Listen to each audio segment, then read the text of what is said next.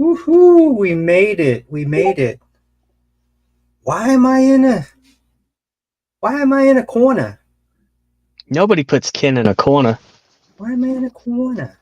It's okay. Hey, good day adventures. This is more Drunken Blade, and this is the Clockwork Nexus presents. Um, I forgot what we called it. Kinship's Destiny. Um, Kinship's Destiny is a new little thing we're going to be trying on Wednesday nights, 6 Pacific time. And all the other times, add 2 hours for Central, 3 hours for Eastern. If you're in Bangladesh, look it up because I don't know. What's going on, Brian? Why aren't you smiling? Well, we're going to jump right into this then. So, Kinship's Destiny is a pretty easy thing for us. We're going to base it off of Lost Mines of Fendelver and then that expansion to it, which is the Shattered Obelisk. Most of my players here have already played that before or know about it or read through it or DM'd it. So there are going to be twists and turns. So if you're a fan of either of those or both of those, the Shattered Obelisk, just understand that where there's supposed to be a hidden door, there may not be. And where there's a certain type of pit trap, may not be, because I'll be replacing stuff. Just to make it fun for everybody, we're going to use that as a basis for what we do. So what I want to do right now is just go right around real quick and just basically introduce yourselves for the first time, just who you are, who you're playing, and we'll move on rather quickly from that with Mr. Patrick. Hello, my real name is Patrick. I go by Castlevania86 on the internet, the interwebs on Twitter/X and Instagram.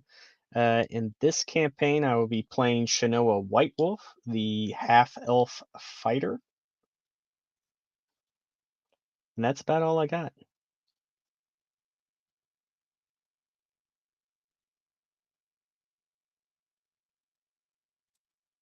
And our Dragonborn friends. Hello, my name is Joshua. You can find me at luckily_cursed. Content coming soon. I will be playing Maluk's Emberweave, a dragonborn sorcerer. Of what type? You'll figure it out pretty soon. About our rogue. Right.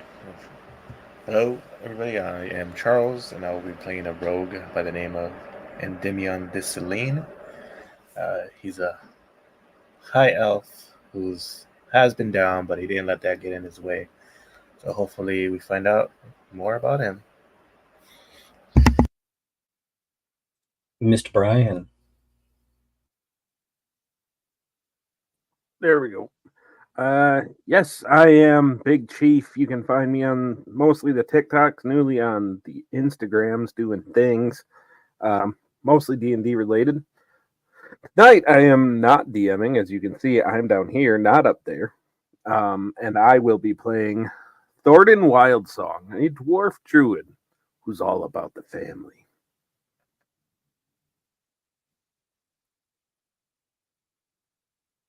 Miss Pandora.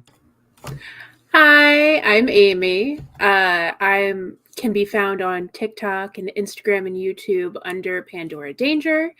I will be playing Kithwin Nightbottle, a barmaid / monk, and hopefully we're in for some fun. Yeah, that's it.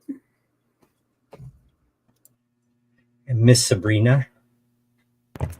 Hi, I'm Lily, better known as Lady Lily, on here and pretty much all socials.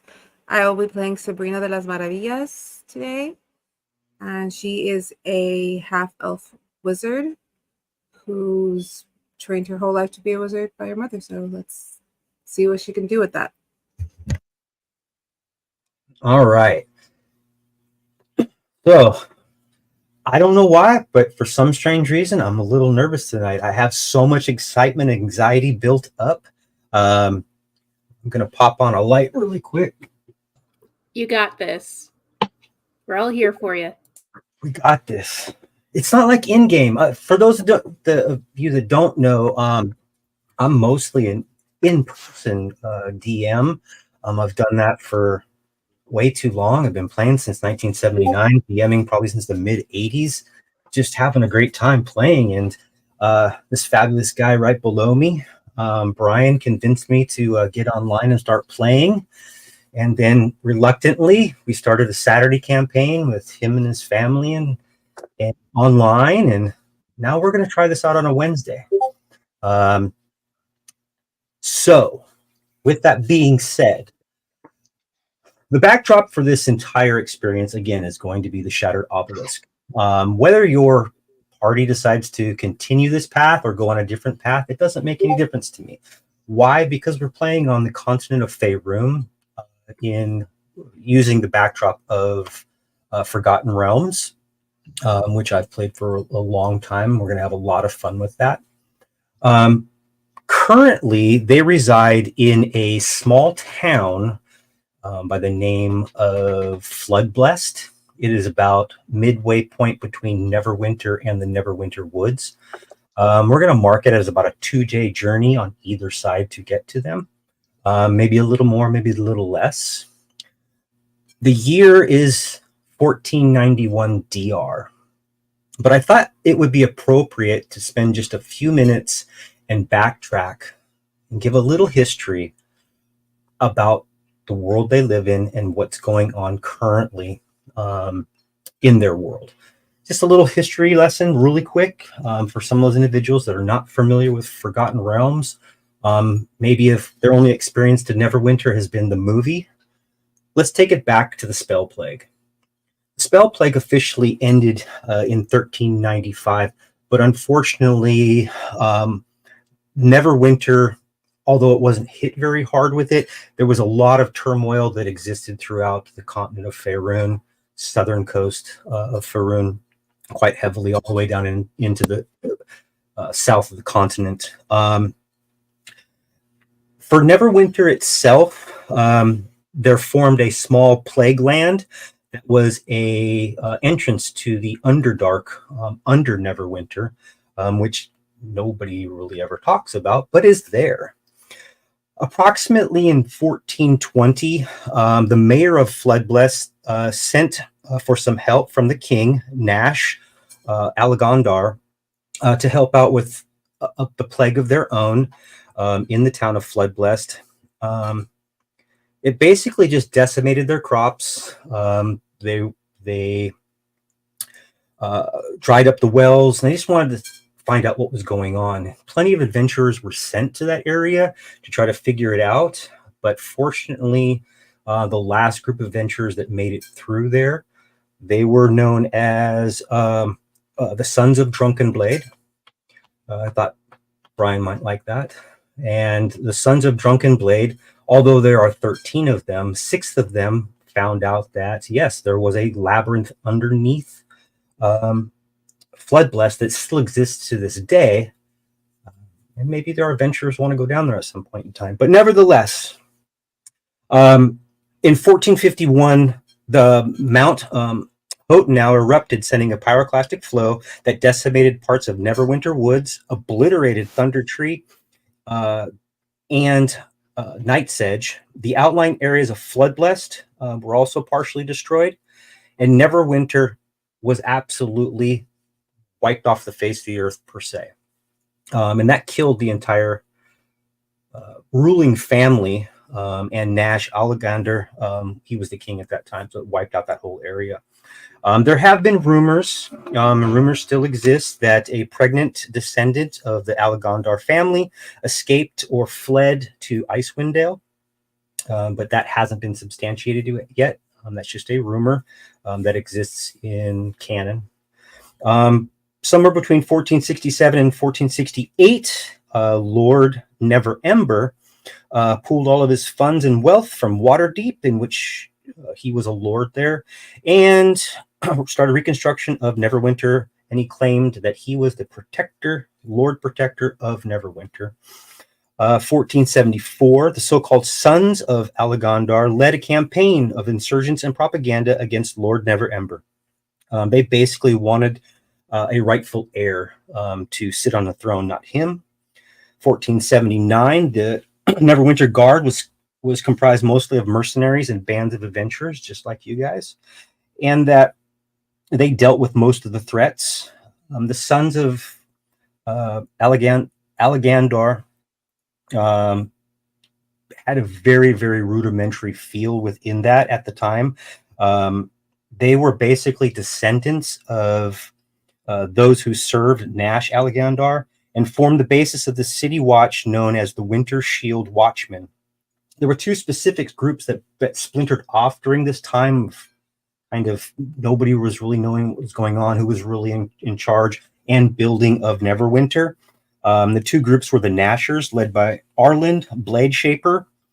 He was kind of a radical, and the Greycloaks, who were more of a militia, kind of helped establish some. They kind of fought against each other at points in time just to establish rule. And at that point in time, nobody really bought into Lord Neverember. But during that time, the so-called Nashers, they employed the dead rats of Luskan, coin spinners to move cargo up and down the Neverwinter river to aid in these revolts and this kind of backlash from Neverember. In 1489, Neverember was exiled from Waterdeep and took up residence in Neverwinter. Eventually, he was accepted as a Lord of Neverwinter, and the sons of Allegandar decided that they should support him. And they basically took over the city guard for Neverwinter. But as always, there's always going to be some extreme loyalists still lurking around, looking for true heirs. Lord Neverember fought to remain Lord of Neverwinter for quite some time. In fact, until this day, we're using 1491. If you saw the movie, that's 1499-ish DR. And he got a really bad reputation. Individuals that came and said that they were the rightful heirs to the crown either turned up missing or they were put to the sword in these public displays. So a lot of people who even had maybe some kind of rudimentary feel like they had a bona fide or legitimate claim to the throne, most of them disappeared. And we're talking generations ago. Lord Neverember employed many different mercenaries throughout the years to seek out even rumors of heirs and dispatch them in the most horrific of manners. So we're back to 1491. And our lovely little party. It's a nice little evening. No clouds in the sky. The sun is already set and it's 7 p.m. The town inn is bustling. There are distinctly three different groups of individuals in this inn and tavern as Kithwin's hustling about, trying to serve them all, overhearing loud chatter. Maybe a group of individuals, 5 or 6, that seem to be relatively disgruntled at the fact that their employer is only paying them 10 gold pieces to move and guard some wagons. They're not really buying it. They don't really want to do it. They want more money, want more gold, and they're pretty disgruntled about it. But other than that, a familiar face, Eva, plays her lute and sings, getting a few coins tossed her way as she does. Miss Kithwin, what you doing? Kithwin, a halfling, with sort of like strawberry blonde hair tied back with ribbons. She's bustling from table to table, grabbing dead soldiers here, putting out some new pints there. She definitely takes note of that conversation. Maybe pass that along. Could be useful to Edmund later. And just is continuously going along. Keeping an ear out in case anybody wants her attention in order to order something.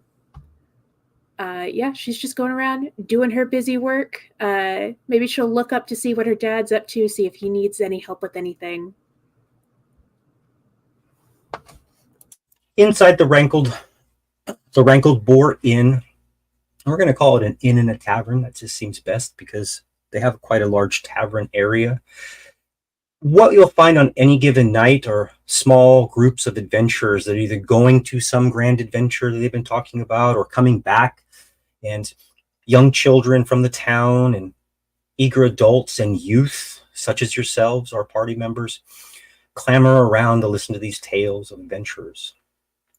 All kinds of busyness is happening, and at the end of their shifts, our Edmund Millux, I'm probably saying that wrong again, Sabrina, all walk into the bar or into the tavern.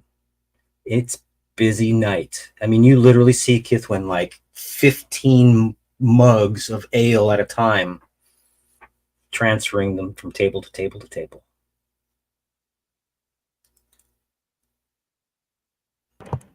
We should probably get our drinks at the bar.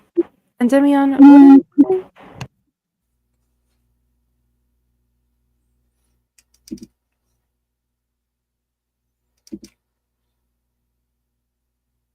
Edmund?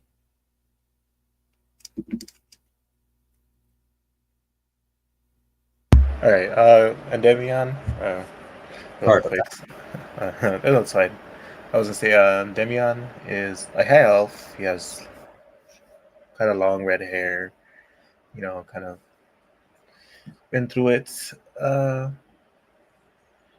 I would go up to Wen, and I would ask her like how the drinks are. He's just gonna go up to her. Hello, Wen. How are the drinks tonight? Anything good you might recommend for tonight?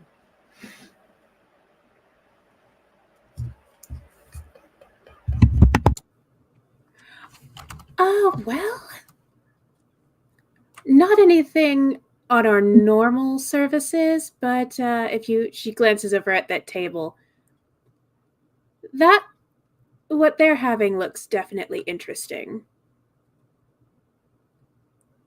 All right, sounds good. I might take you up on it, and then I'm just gonna take the drinks she has. I don't know what they are, but to make it seem like I ordered something and just go back. Just some kind of ale. She sighs as that was somebody else's order and goes back to grab some more.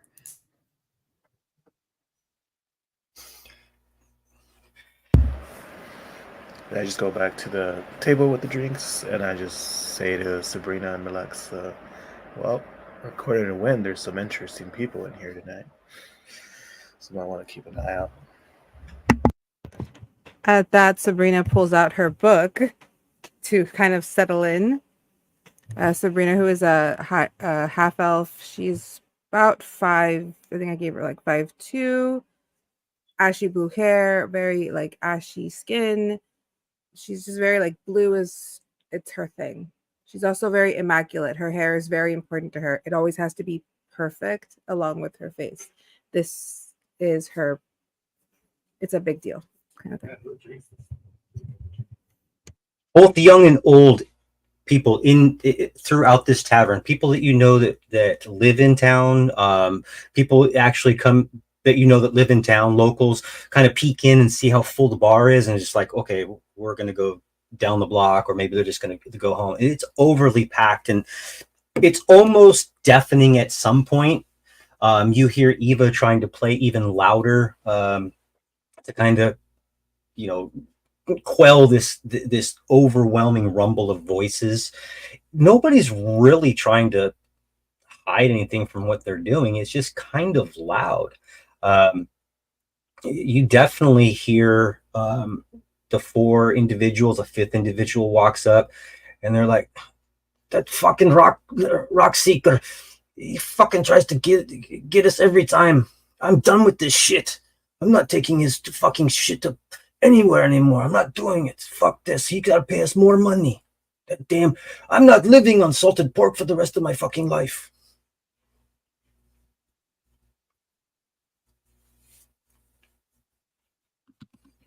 Hearing the weird outburst coming from over the table, Maluk's kind of gets a little bit concerned of where the noise is coming from. A sort of a dragonborn with a long neck. He kind of himself stands at a full height of about darn near 7 feet tall. A very tall individual for as young as he is. Just tries to shrink down and make himself as small as possible. Hearing all this, lightish red scales to him, so nose pink. Uh, feathery hair kind of coming down off the back of his head to a braid as he kind of looks over. He's currently in the process of pouring himself some water in a cup. But as he looks over, well, it looks like the crowd's a little bit unusual tonight, maybe, or at the very least, just more angry people. Hopefully, it doesn't get too loud in here. As you're, as this is Look it going up. on, you guys are kind of listening up, moving in, serving drinks back and forth. Almost near the front door, probably at the table closest to the front door, a small scuffle breaks out. These two humans don't know each other, are just fisticuffing each other, just bashing each other in the face. Both sides, you have two distinct groups of individuals. They look like adventurers of some sort, but they're just laughing and passing around coin like they're betting on who's going to win, and it's just a freaking little bar fight starts going on. The table gets broken, chairs start to be broken. Now one, now two, now three individuals join in. This little bar fight seems to be kind of getting out of control. Oi, oi, oi, oi, oi, oi. Take it outside, would you? Or at least give me 24 hours to start the betting pool. A literal push out of the crowd pushes you back. Get back, woman, let them do that. And you see kind of a little circle of 4 or 5 guys packed in, just beating the bloody hell out of each other. Get back, woman. Just beating the living hell out of each other. All right, guess it's time for this. Kithwin just kind of dusts herself, puts down her tray of stuff, and then goes to try and break up the fight by getting in the middle of it and just trying to like push off to the sides and nudge people out the door. Like, I don't care what you have going on. You have already caused damage to my bar. Get the fuck out. Is anybody helping her? Sabrina actually hears this whole exchange, hears them tell Kithwin to move, and all her response is to continue to raise like they don't know what they're in for. Malukes moves to get behind the counter because he needs to be out of this. Okay. Go ahead and let's make our first roll of the night. We're going to make it easy on you. Let's make a strength check real quick. Okay.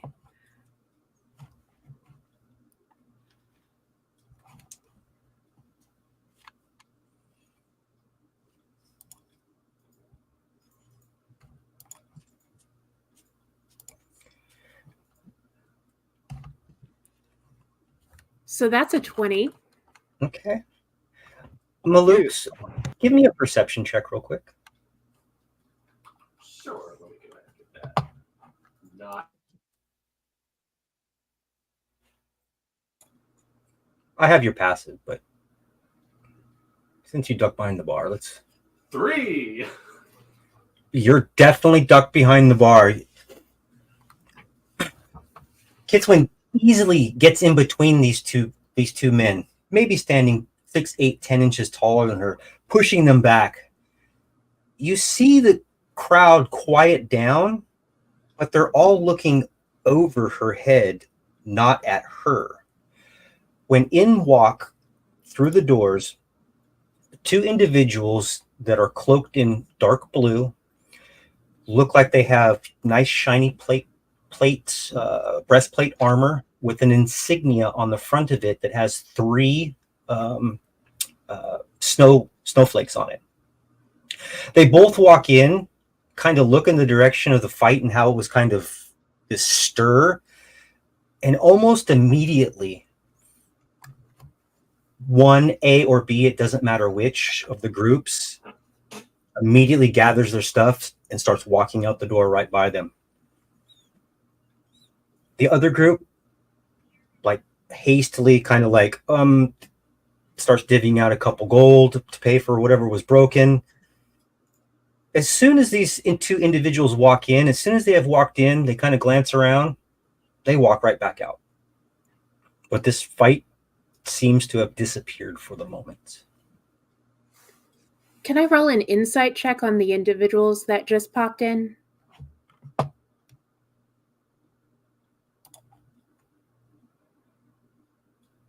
That's a 19. So keep in mind, you guys have seen a lot of things and you have a lot of history. And these are easily recognized as guards from, and kind of the highest tier of guard per se, from Neverwinter. And they don't belong here. I was about to say, guards yeah. come here just to come here. And they've already they peeked in and then they walked right out. Yeah. I'm It was gonna just a flash moment. Everybody kind of saw them and was like, okay. And then people left and they walked away as well, walked out. I'm just gonna look back at my friends, see if Millux peeks up over the bar, and just make a gesture of, did you guys just fucking see that? It's over See with, what? right? Yeah, Mel, you can get out. Or you can get out of the from behind the bar. It's fine. Okay. So you bring a drink with you, though. I don't hear it and just come back to the table. So while that's occurring and you're pondering what your thoughts will be for the moment, we're going to make our way back down to the forge. At the forge, both Thordrin and Shanoa, cleaning up what's left and boxing up what's left of an order. Thordrin, you see somebody that you saw months ago, but you know him quite well. You see Gundren Rockseeker.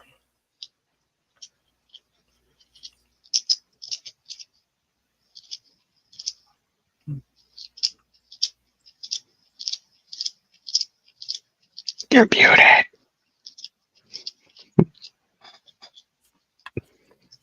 All right.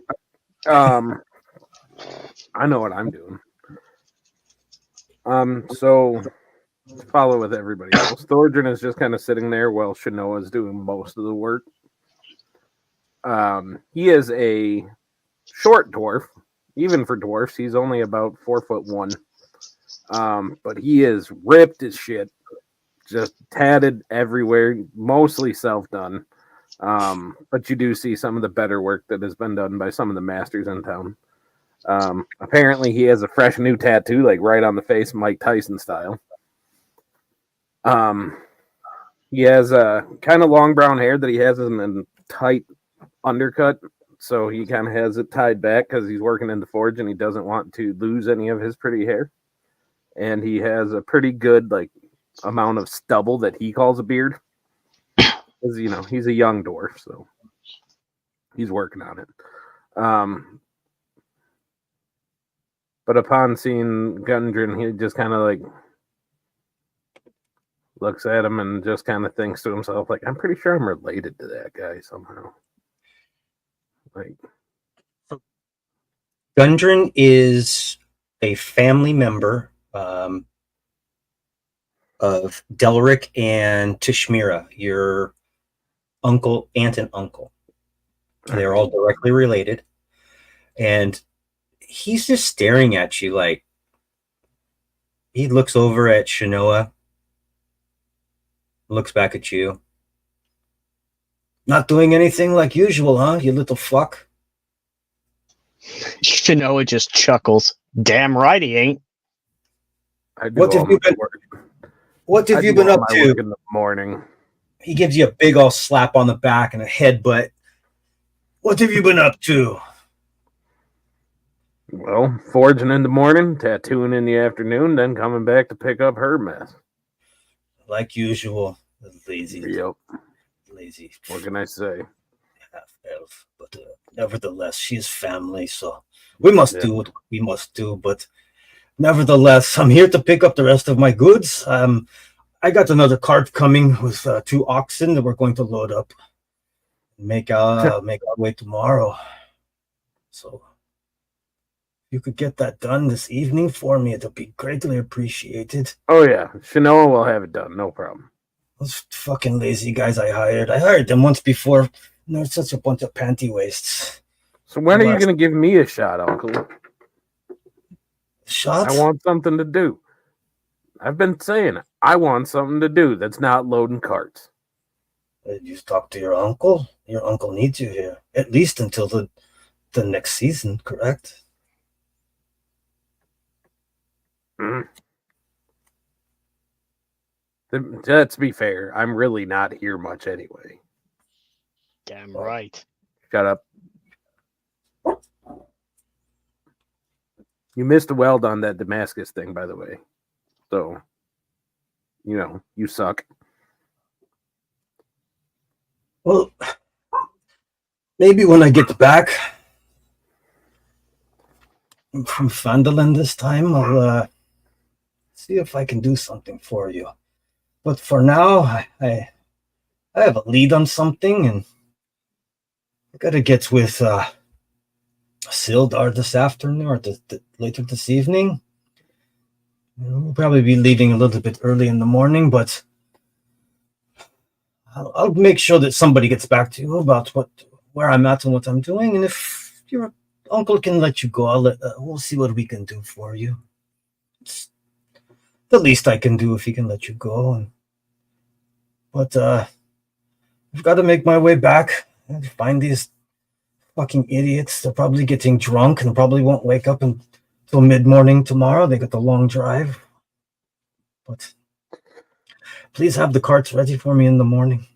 Not a problem, boss. And as Gundren goes to turn around, like he is met face to face with a big brown bear that is just sitting there and just starts licking him in the face and just Bar!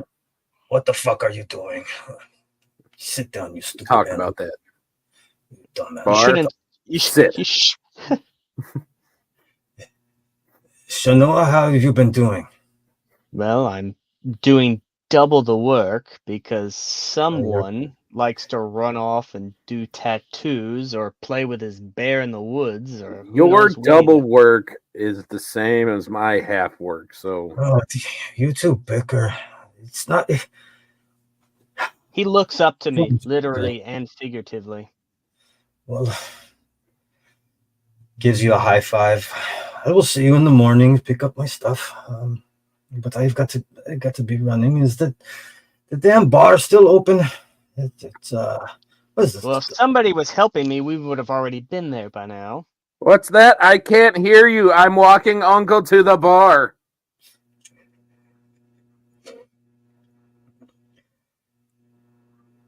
You're Fine, awfully far I'll away, do your Shanoa. Far. I can't. again.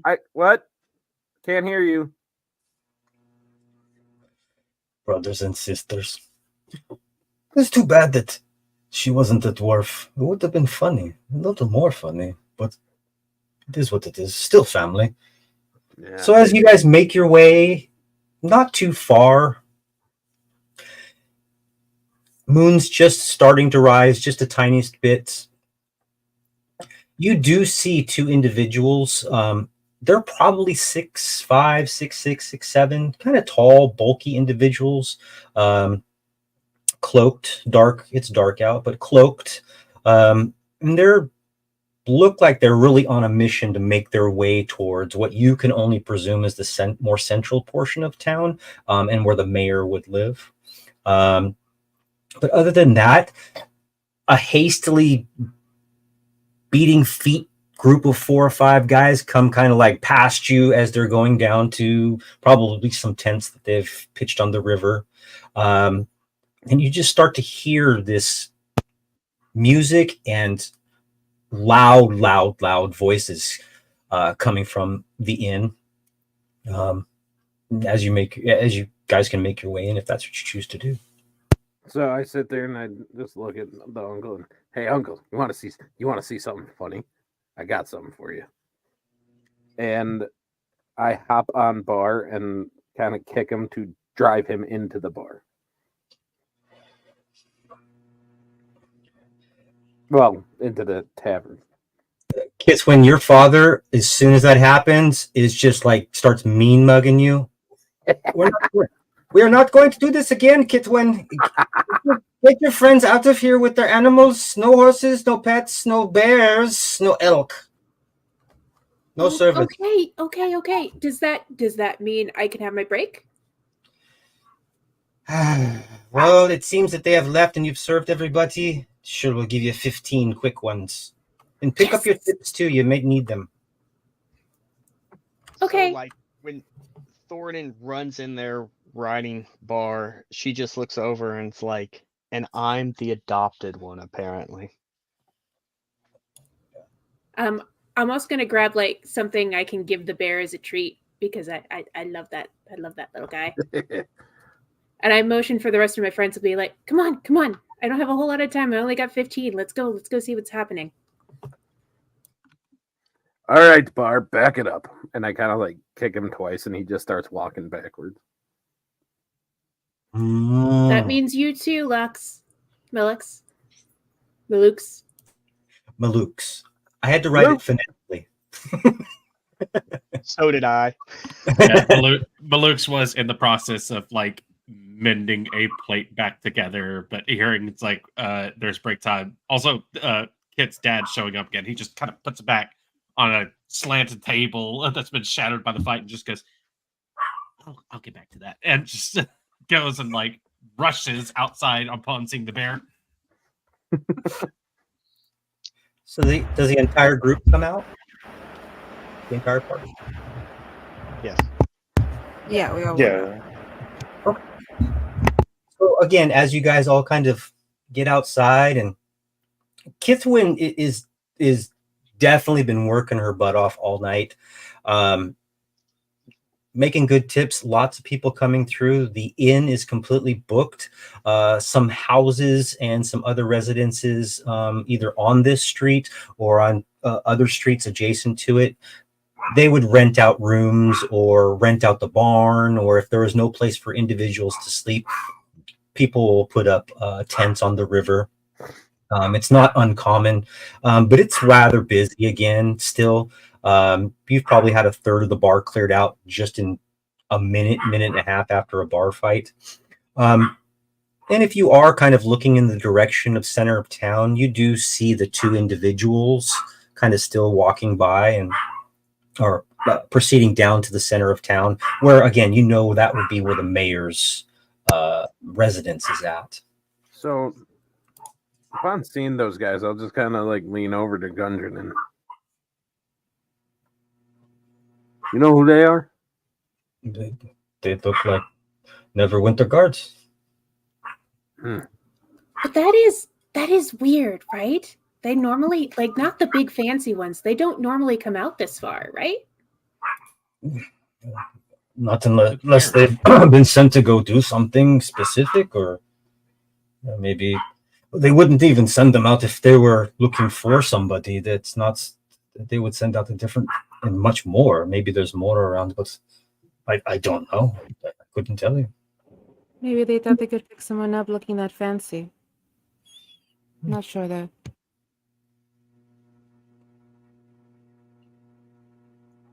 I mean, do we follow them? See what's going on? Or do you think that'll just get us in more trouble?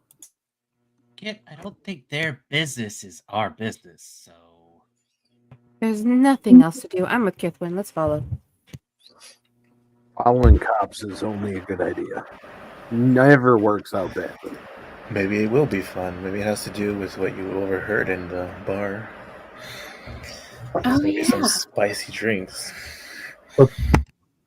At that point, Gundren. If Thornton says not to follow the cops, it's probably best not to follow them. And since when do you listen to Thornton? Never. Never. So Well, we're then, going oh. back inside, right? Oh, come on, Malux. What if it's something interesting? Please.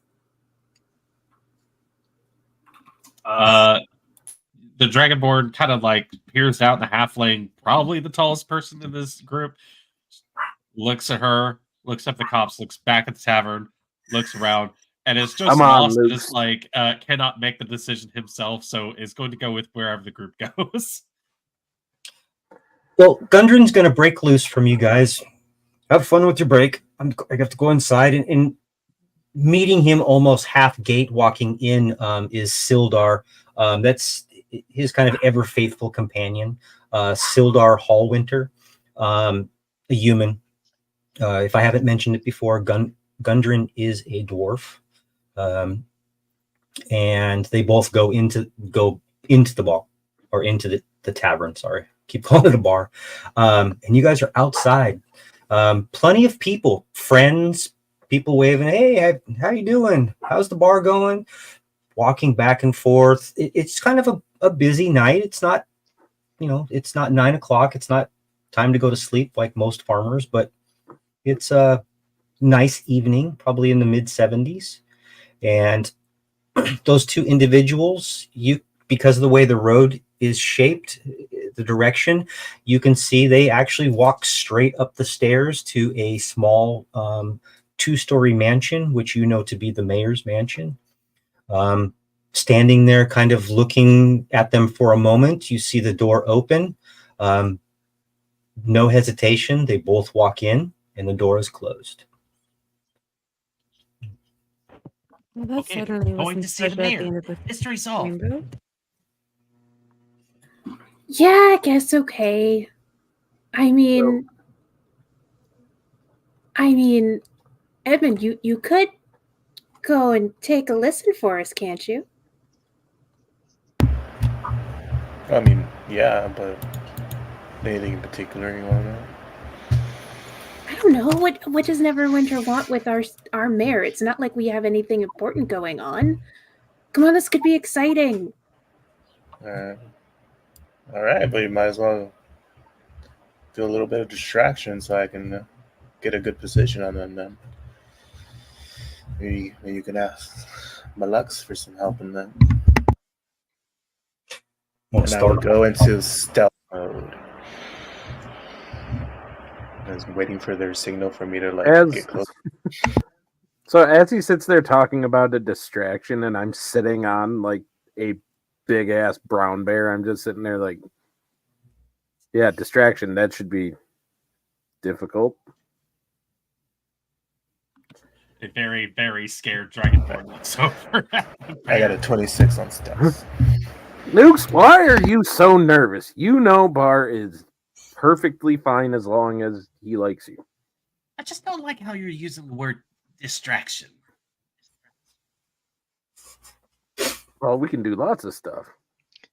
Did you say distraction or destruction? I heard just- destruction. A couple of children run up, kind of putting their hand through the fur as they walk by. They're going from back to front of the bear. One of them has an apple in hand, takes a bite out of it and kind of hands it to the bear, sees what the bear's going to do. He's not going to bite me. No, you. He's going to bite your arm off. He's going to rip it off. He's a bear. No, he's not. He's not going to do anything. Watch. Just give him No, you got to put the apple in your hand flat. Don't hold on. It'll take your fingers off. No. So, upon seeing that, and I kind of like brush back the fur that they disrupted, like,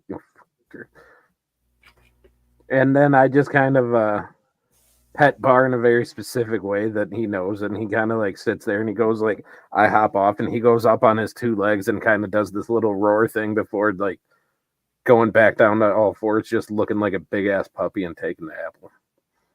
4 or 5 more people kind of gather around and kind of enjoy what they're seeing. Maybe a couple individuals that aren't locals, just kind of people that are just kind of, wow, dancing bear. Who figured? Go figure. While that's happening, what is our rogue doing? Are you making your way up the stairs to Yeah, the house? yeah, I'm Up the making my stairs? way to get a good hearing advantage. Okay. You make your way up the stairs. There's just a small set of stairs. And as you make your way to the small set of stairs, to the left and to the right, this area for seating, a couple of chairs, and you kind of sneak behind one of the chairs and small framed window. Put your ear to the glass and kind of hear what sounds like a discussion of something or probably something being sighted in the east near the Neverwinter Woods. Something about it being reported a few times, but they don't believe it. But they thought that someone should come and see what was going on there. They don't seem to be agitated. They don't seem to be. They're just nonchalant about it, almost disregarding it. Maybe even like, well, they're gonna. We'll stay here for the night. We'll head out in the morning if we have to, but this is just a bunch of bullshit again. I send out in a wild goose chase. And we see something flying in the sky all of a sudden, and everybody's got to go take a peek. But nevertheless, that's really all you get. Maybe some other. Have you eaten? Your rooms are upstairs. Just random conversation that to you doesn't mean a damn thing. Anything specific after that you want to do?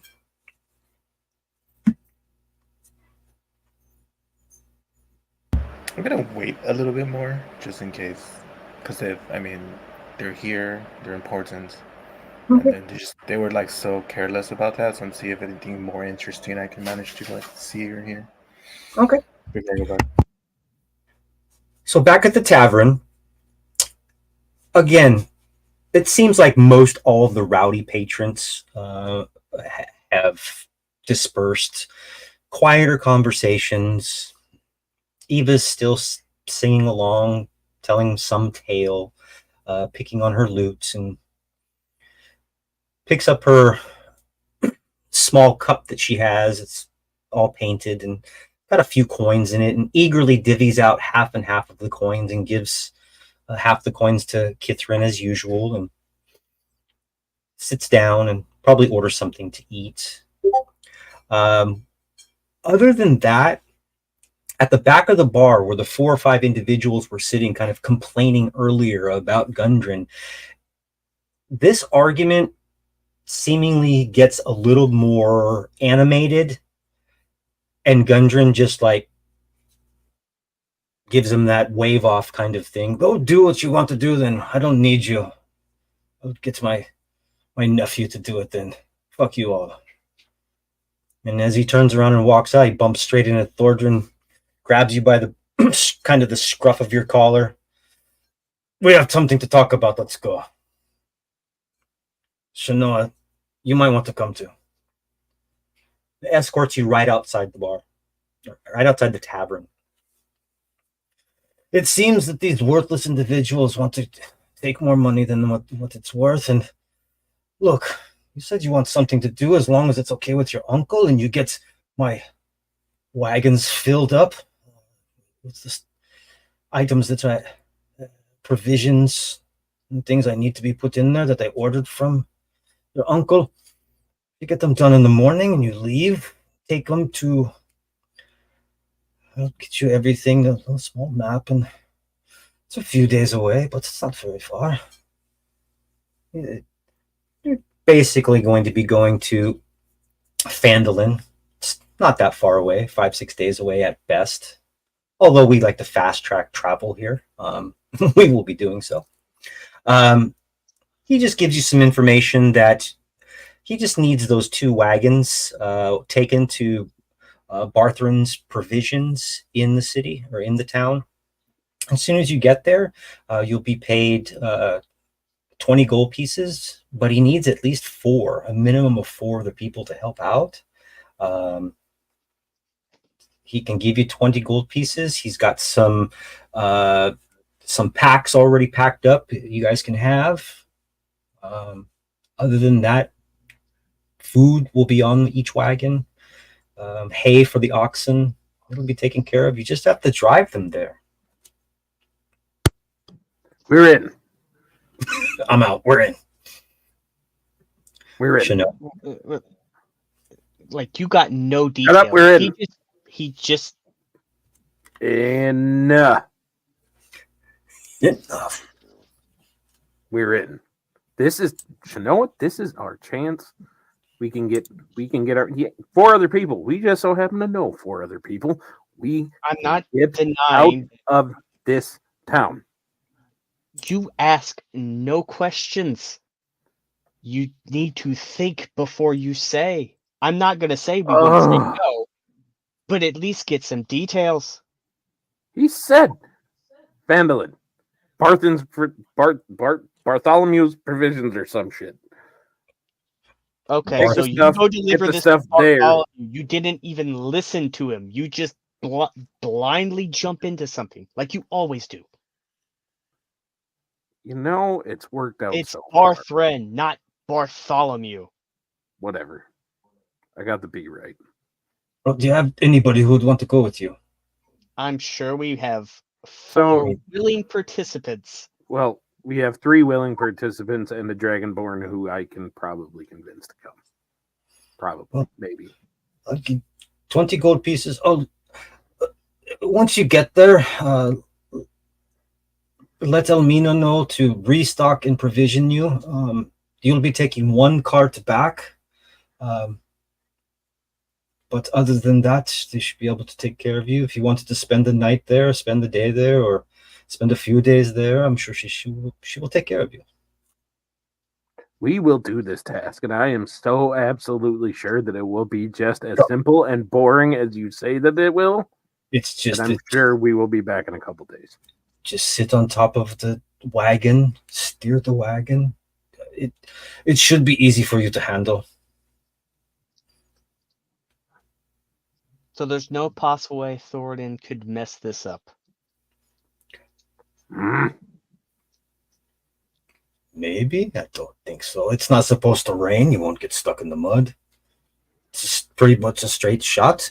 You head to down. It's okay. If we get stuck in the mud, we can just take the stick out of her ass and get us unstuck. Let's go.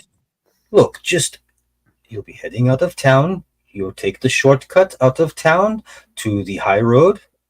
Turn left. Keep following the high road till you hit Tribor. Turn left. Bada bing, bada bang. I gotta be honest, Thordrin is not paying attention. He's just thinking about adventure right now.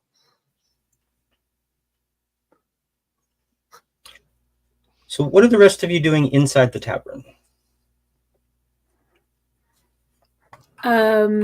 I'm basically going over to Maluk's and being like, can I borrow that cool mending thing you can do again? They really fucked up this table and dishes. Yeah. Can we? I'll take it to the back room and start working on it if you don't mind. Yeah, of course. Here, I'll help you. And Malukes will assist Kithwin in getting some of the furniture into the back and using mending and prestidigitation, cleaning stuff off, grime, all sorts of other things. It takes a minute, but at the very least, being in a space where he's not being watched, it's a little bit more calming to him. So, no idea about any of that conversation that was happening whatsoever outside or anything like that. He's just, but just, this is one of those few times where Kit can actually see like a little bit of a breath be taken, and as he just gets to calmly work on like just utilizing magic, as you just see splinters reflex and go back into being whole. Table legs are being reattached, all sorts of other things. That is still so cool. I mean, yeah, it's something at least. So at that moment, I would like burst back into the bar, really excited. Jesus, watch the door. I didn't break it this time. It's fine. Okay. Kithwin's here. Luke's, you're here. Huh? And Endymion, is he? Where is he? Is he here? Up on a rooftop somewhere, I'm sure. Sneaking around. Sneak. Well, we need him here, and I kind of give a sharp whistle that would indicate that we use whenever he's sneaking around doing his thing. And I kind of look at Sabrina Bree, up here. Yo, Yes. sweet. Okay, so Sabrina was just in a very good scene in the horror book. So she was like, what? is it horror or romance this time? There Both? have been no romantic scenes, only vicious and violent deep decapitations with teeth. How can I help you? In some For cultures. there to be Never romance? mind. So check it. Okay. I know we all kind of got a lot going on here, but I need help. I've been talking about getting to not here, to be elsewhere. If only. We got a Ooh, shot. to expand your And I vocabulary. take Catherine by the hands, really excited, we got a shot. What do you mean? My uncle has a wagon he needs delivered to Vandalin. The Mandolin. Mandolin. Yep. Shinoa, That's definitely what my uncle said. Shinoa just You puts mean her hand Vandalin? over her face. Yeah, that's what I said. Totally what I said. Okay. You mean we'd be gone for a few days? Yeah. And we'd get paid real adventurers. But Dad needs me here at the bar. Do you think he'd Just- let me? It's just a couple days. I'm So- sure if Uncle can manage, I'm sure your dad can manage, probably. So as about 8 o'clock-ish, around that point in time, starts to roll around.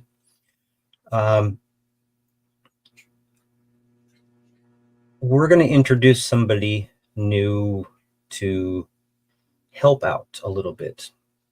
A very voluptuous female wood elf named Ivrin Tailfeather, who has only worked at the tavern just a few weeks and only does the night shifts.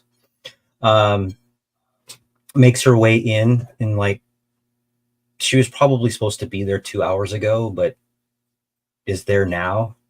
And just what's going on? Who are all? What are you doing? Just seeing this debris of the fights and those kind of things. And It was just a little. No, it's okay, Luke. I got you. It's nothing. There was a little bit of a kerfuffle. Luke's and I we're taking care of the repairs. It's okay. Everything's fine.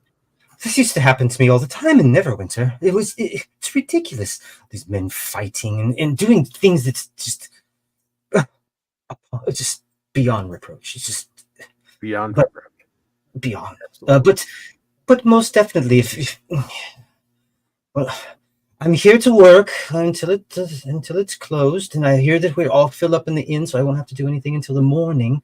Is there any other things that need to be cleaning besides this mess, and then cleaning up the riff raft after they're gone? No, it should be a pretty calm night at this point.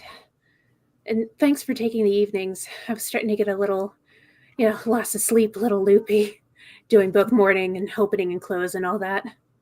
Well, I am a night owl, so she kind of adjusts her bodice. Jordan, That's if cool. you keep staring, you'll go blind. No, Thornton, that's something else. you're about a foot shorter than her. She's quite a wood elf specimen. So, Doesn't look like she belongs. Let's just make this simple. It doesn't look like she's done any farm work in her entire life. so, And she so just at that moment, you notice bar starting to come back into the bar, and I'm like, no, go, wait, don't go. Right on cue. That wasn't Outside.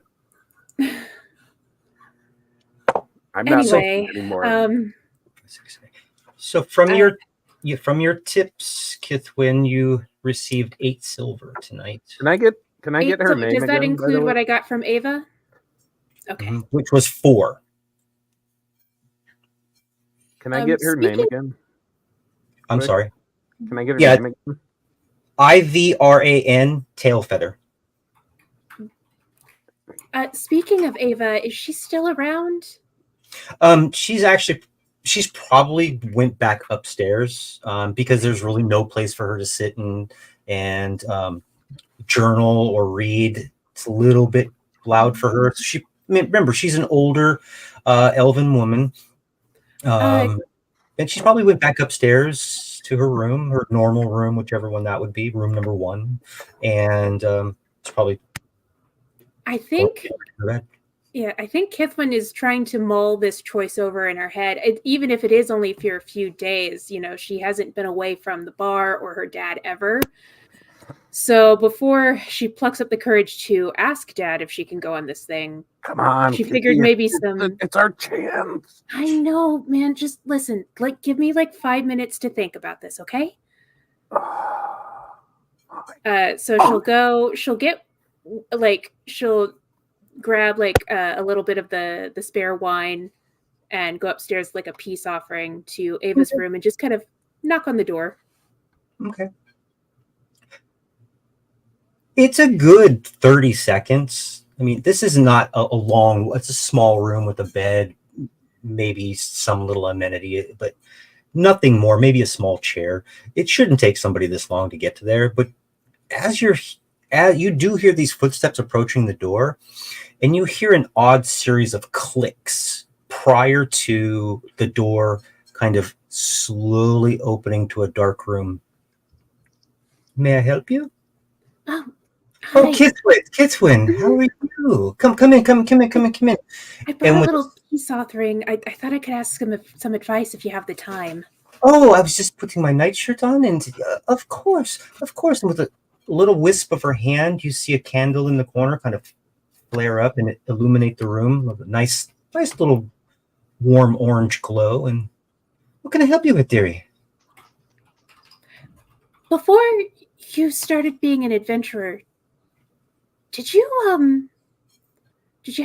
family or someone you had to leave behind to do it? Well, of course, most of us do. It's I left my family at a relatively young age. I've moved around a lot up and down the Sword Coast, but why? What troubles you? I have an opportunity to maybe get out of town for a few days and kind of get a taste of that life you're always talking to me about, and I don't know if it's the right thing. I mean, yeah, Dad has the new girl, but she doesn't know everything the way I know it. Dearie, nobody will. You were basically born and raised in this tavern and inn. Nobody's going to know the ins and outs and the squeaks and all the little things that happen in the middle of the night that people are afraid of. And nobody knows the stock as well as you. From a young age, you've been able to procure some of the finest beverages in this part of town. That's why people keep coming back. Your strength and beauty, I mean, they're admired. Well, that's exactly it. I'm good at this, but it's not. I don't love it like Dad loves it. But am I a bad person for? I'm all he has, and if something happens to me out there, well, I remember what he was like after Mom died, but I really want to go. I'm just confused. You shouldn't be confused. The path that you decide to take, whether it's stay here and inherit the business probably at some point in time, or to go out and adventure and see some part of the world, I would always err on seeing something that you haven't seen before. Taking a small trip, even going to Neverwinter can be a quite enlightening time. But if you have an opportunity to travel with friends and maybe make new friends along the way, your father has plenty of friends here that he can rely on if anything was to be, happen to him. I don't guess think you're I would right. worry about it. I would Okay. definitely tell him. Right. I should just go ask him and see if it's okay. I mean, it's only a few days. I'll probably be back before you know it, and I'm fretting for no reason. It is what it is, dearie. It's going to be. You're young enough. You may start your traveling adventures and seeking out different experiences and realize that that is not what you want to do and that your heart calls to home. But you'll never know until you do it. And we all look at our parents in a way in which we don't want to disappoint them, but we have to leave the nest at some time, and that's the trouble that I dealt with for quite a long time. But I was able to be prosperous. I was able to bring a little bit more wealth to my family and make their lives a little easier. Maybe at some point, if you made enough wealth, you could hire somebody to manage while your father takes the rest of his years fishing or whatever he likes to do.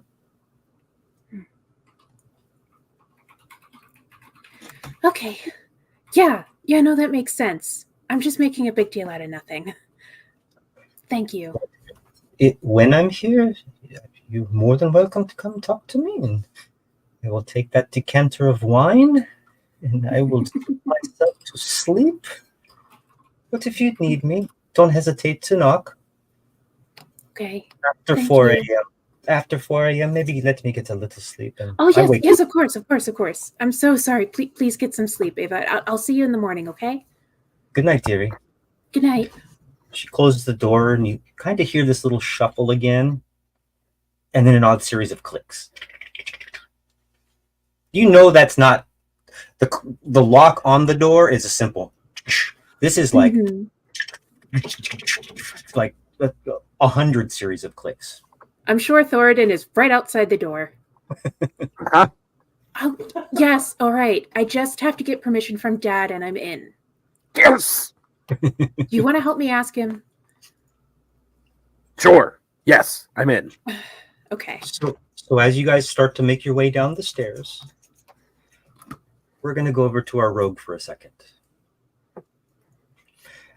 After about half an hour or 45 minutes, you really don't hear much else. Again, sitting in this kind of a front room, these two individuals and the mayor have the two individuals have taken off their armor.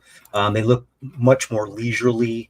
They're just talking about political things and the state of Neverwinter and the agricultural yields of the town of Floodblessed and how this year was pretty prosperous for the town. They make a laugh and joke about how more towards Neverwinter, one of the small children was gobbled up by an excessively huge frog or toad. They had to basically net this thing and yank it out of its mouth before it was disappeared. Just random stuff that doesn't really lead you anywhere. If you were to stay more than another hour or so, they would all retire to small bedrooms upstairs. Yeah, I think I mainly hang back so I can process what I had heard, if I heard that correctly, because I'm just gonna take out my oh my god, what is it called? My spyglass and kind of just spin it around, and I'll just head back to the inn.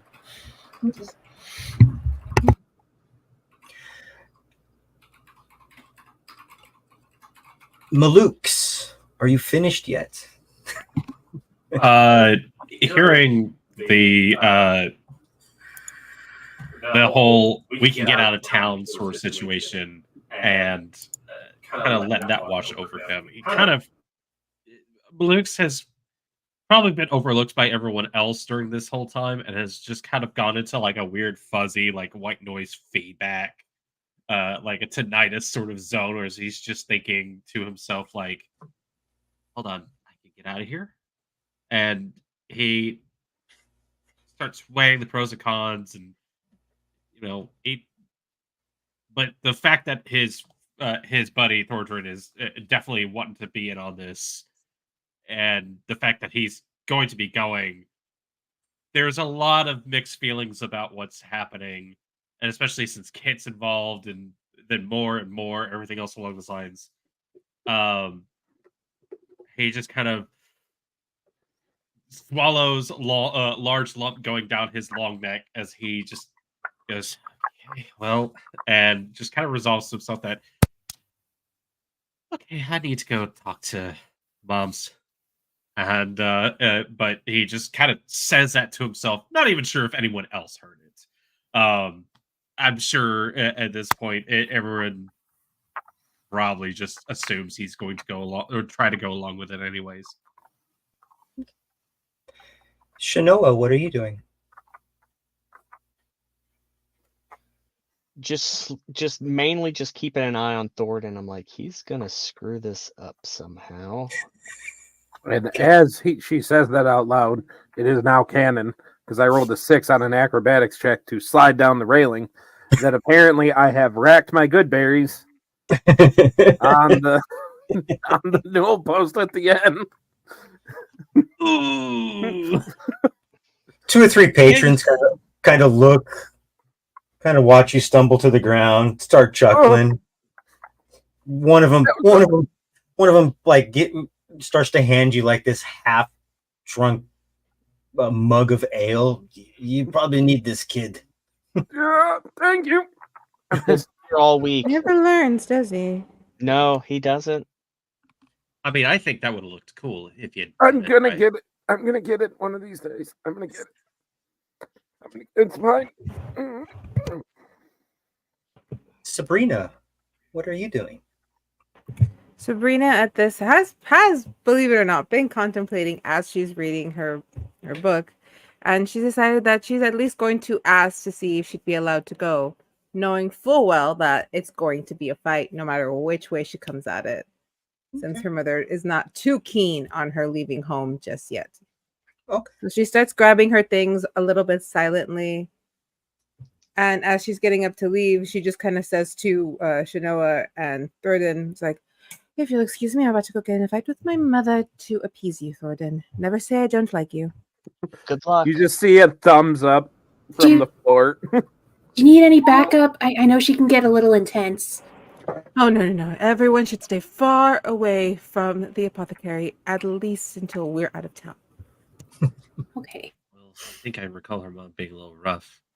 On the other hand, I have 2 mothers I got to deal with.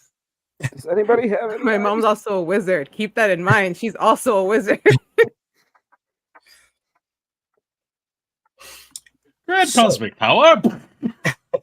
No child. So it's about 8:15ish or so. It's getting a little later in the evening. The streets are kind of a little bit more empty than they were before. Not too many people out. A lot of the locals that you know and that you've seen, including children, have probably all gone back to their homes. Most of them either on their specific trade that they work on, or if they work out in the fields, will be up early in the morning anyway, so they probably took off.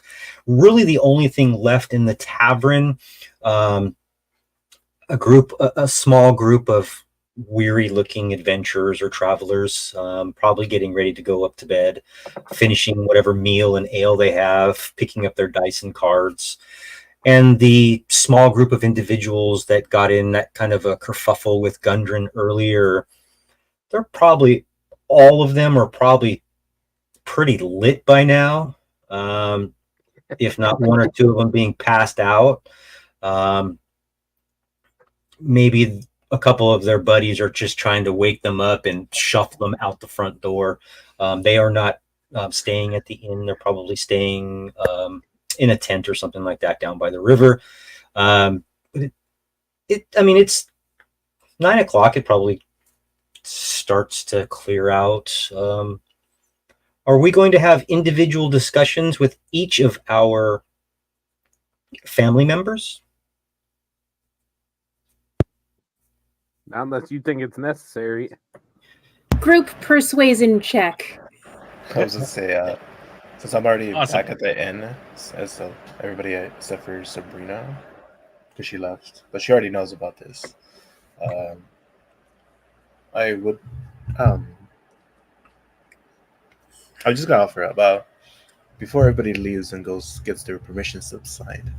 Um, Shanoa and Thornton, I don't remember the other day at the barge, but there's something most important I must discuss with you guys if you want to meet up later about it. And then I'm still like twirling my little spyglass, kind of nervous, which should give you guys a hint about something. But yeah, whenever you guys are able to, somewhere where it won't be overheard. And you guys probably best out of anybody in town probably know the little hangout spot where the teens hang out, the little spot around the corner where nobody goes. We got our fort. That's a little ways away, but it's evening. If you want to venture out of town in the evening, you can do that, but that's up to you guys. But you can find a small secluded spot before you all break to your respective residences, if that's what you want to do. I guess we would go to a dark, secluded alley, right? Behind the tavern. Yes. Because Malukes will be doing the dishes. Okay. This is the time when he does that. Good job, Luke. You got this. Yeah. This is one of the few times that Malukes is able to practice his magic again, without the massive public eye scrutinizing him during the whole thing. So he's just using shape water over and over, just against the dishes. Okay. That little small screen back door that exits the back of the tavern into the alley where empty kegs and things are. There's probably a chair or two set up back there for breaks. You guys probably know it quite well, and it's secluded enough that you would, unless somebody was trying to sneak up on you, you would probably hear anybody walking down the alleyway, anything like that. It seems quite out of the way for a conversation. Well, you happen to miss all the fun and excitement. Thoradin just ended his chance of having children while you were gone. No, I didn't. I'm fine. Probably the world's a better place now. So anyway, what's troubling you?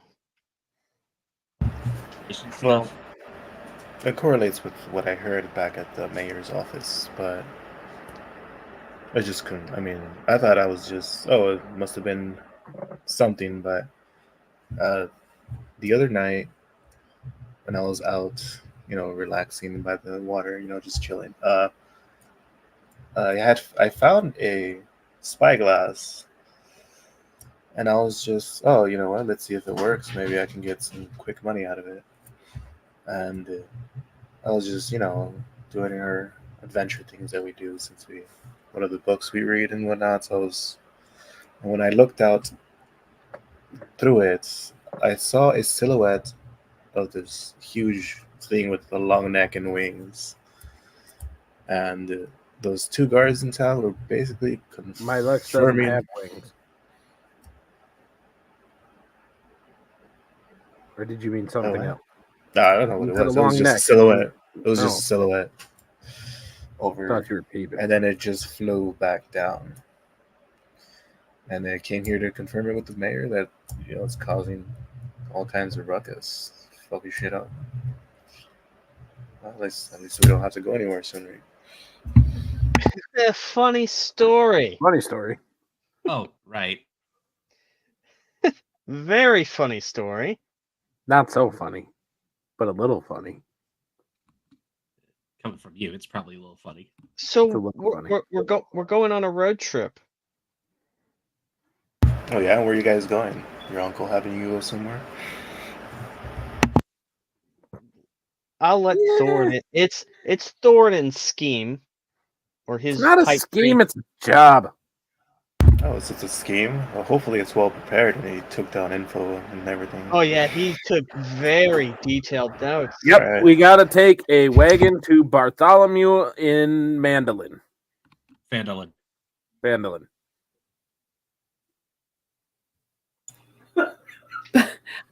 By the way, Malux, are you actually going to tell your moms you're running away this time, or That is seems it like going to a be a bad idea. surprise?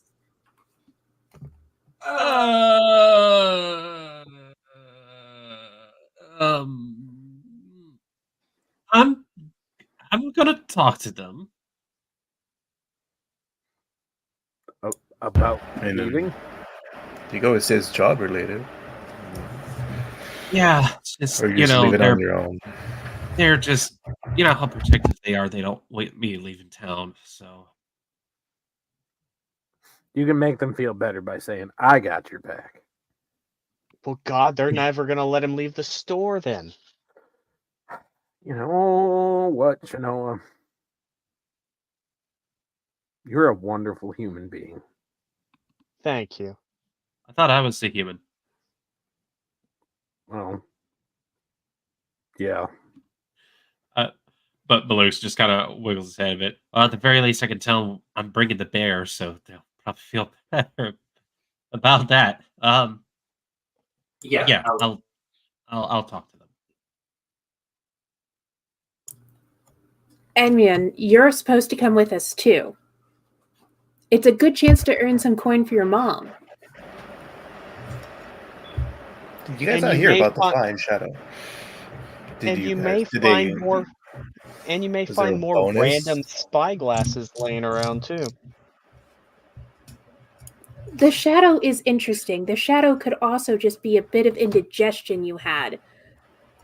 Okay, what about the guards that came out from out of town? They're saying there was a huge creature and whatnot.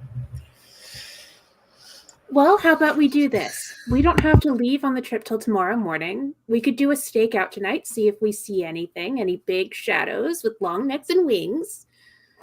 And, if that's worth pursuing, we'll pursue it. Which direction was the shadow in?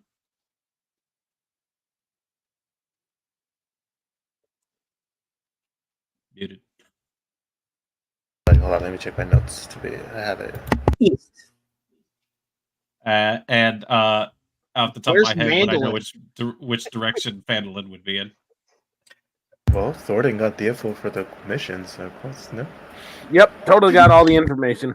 Completely. So 100%. you guys, so you all, again, living here for a long time, understand that where he's describing what he's described is the edge of the Neverwinter forest due east, quite some distance away. It was very, very far away. He just saw this little kind of speck. And that would be in the same vicinity of Thunder Tree, where you've been told, do not go there. Ever since you were little bitty babies. All right, so Vandalin's not that way, so we're good.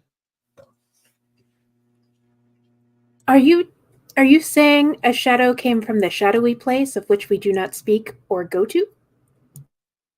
Well, I mean, considering what the guard said, I don't think it's there anymore.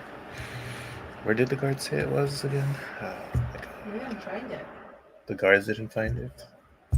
They just knew that it was east. That's all you heard. So They where are did- we taking the wagon? What direction? You guys will be headed more south. All right, south. South and a little inland. All right. That like 80 degree angle away from where. Is this perhaps the job that the people in the bar were complaining about, that it doesn't pay enough? Yep. Yeah, 2 and 2. You guys try bargaining for more, since apparently nobody wants to do it? No, because somebody just said, "Hey, I have a job," and it was yes, we'll Okay, take it. for one, it's our uncle or great uncle or twice removed some bullshit. I don't know. I'm related to him. You don't bargain with family. How much does it pay For then? two, what he's paying is more than we make, at the bar, at the forge, at whatever Andy does. I mean, some of us just kind of want to get out of here. So Yeah, I mean, I just have to speak with Will before I leave, but I mean, there's nothing much else that holds me back. You guys can trust on me for things. Often. Maybe. See? There we go. Perfectly well thought out plan. Everything will go exactly as it should. As we're traveling to Mandolin, right? and That's what I said. Vandalin.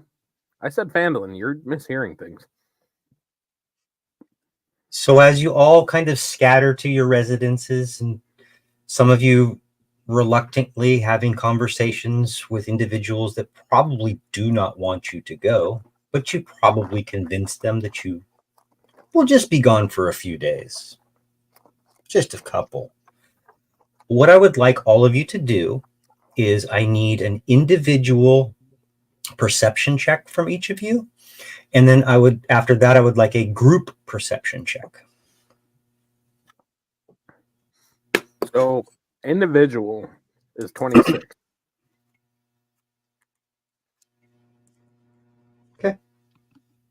seeing as I haven't used it and the day's about to come to close, I will go ahead and use Tides of Chaos!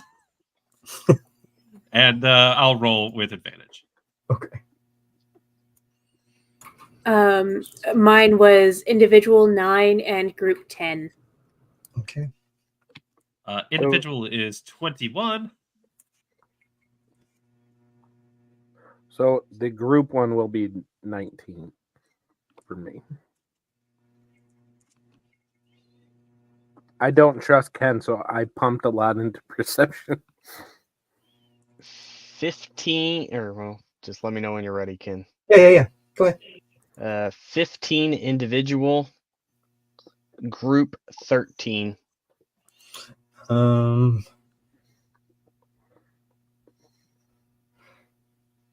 there a... Go ahead. Sorry, Go ahead. I got a 14. And do I just roll like a 20 for the group, or is it somewhere else? Yeah, I'll average it out. 6. I'm so Thanks, buddy. Again, my individual was a 21. My group was a 20. I got really good rolls. Awesome. So with that, we're going to take a quick bio break. It is halfway through what we've intended to do. We've managed to get this far. We're going to take a quick 5-minute bio break. When we come back, unless there's something else that needs to be discussed, it will be morning time. You guys did not discuss, though, where you were going to meet and what time you were going to meet in the morning. So do you want to tell me that now? I think our go-to would be our hangout, or if you guys want to do something else. Yeah, I'm good with meeting at the hangout. Yeah, because where we're going is towards the hangout anyway, right? And that's our little place in the woods, right? Yeah, it's our home, group home. Sure. No, you tell me, is it? Sure. I don't trust you ever, Ken. What time would you like to meet in the morning at your group 5 home? a.m. 5 a.m. at the group home. The quest starting at. Sure, I need to 5 quit a.m. saying after words. closing the bar. I'll be just a 'Cause what bundle time of is it energy. now? You can, Kissy, you can sleep on the wagon. People who only need it for. Okay, yeah, I'll sleep on the wagon. Okay, so what we're going to do is Brian's going to queue up the bio break. If you need to use the restroom, get something to drink, grab those chips and salsas, and we'll meet right back here in just a few moments. All right, here we go.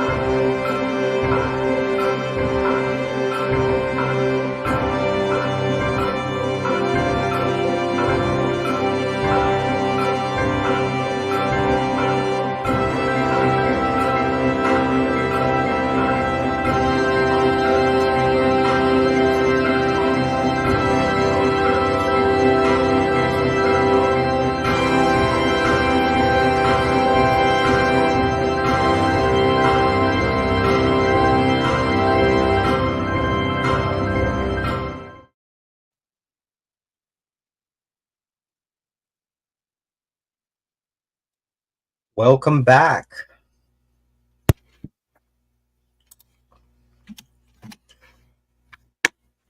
Oh no, that was a bad roll. Okay, let's. Oh, I have a single anxiety.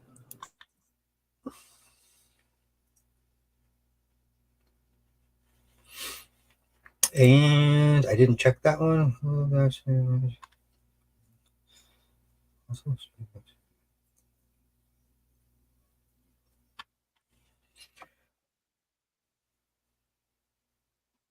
So, that being said, Sabrina, give me a persuasion check. Roll skill check.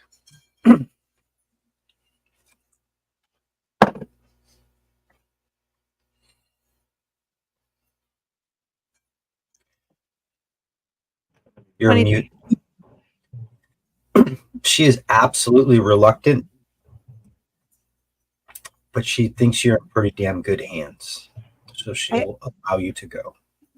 DM, I actually sent you what I feel happened on Discord. I was trying. I didn't know I was still muted. So No. I just think it would be more in character for how the relationship has been feeling. Not a problem. That happens. This is what you tell us. Sorry. Okay. Yeah. Um, I'll explain to the team. No worries. If you guys want to have those actual combos, we can have those actual combos. But if not, you can explain those little quick combos. I've already rolled some dice, and everybody that needs to be out of the clear is out of the clear. So if you needed to have a quick combo with the individual, you can let us know what they said or how it went. I beat my mom in a duel. She is now asleep. That's why I can go. Put her to sleep. I like it. I did. You had no other choice but to agree. Oh no, Aggressive we're totally negotiations.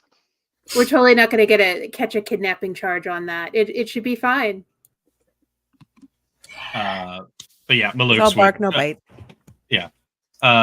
After the conversation with his friends last night, Maluk's would definitely, after psyching himself up enough, would have made his way home as stealthily as possible and gotten inside. If they were awake, he would have broached the subject then and there, and if not, he would probably waited till the morning. But okay.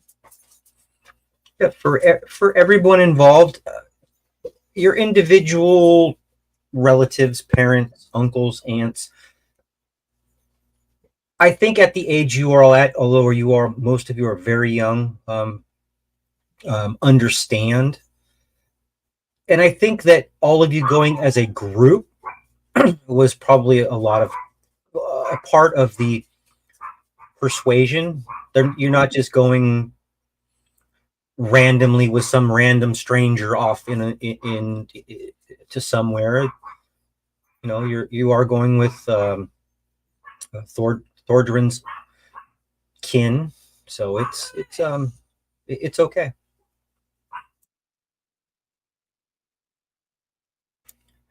See, everybody trusts me. It's fine.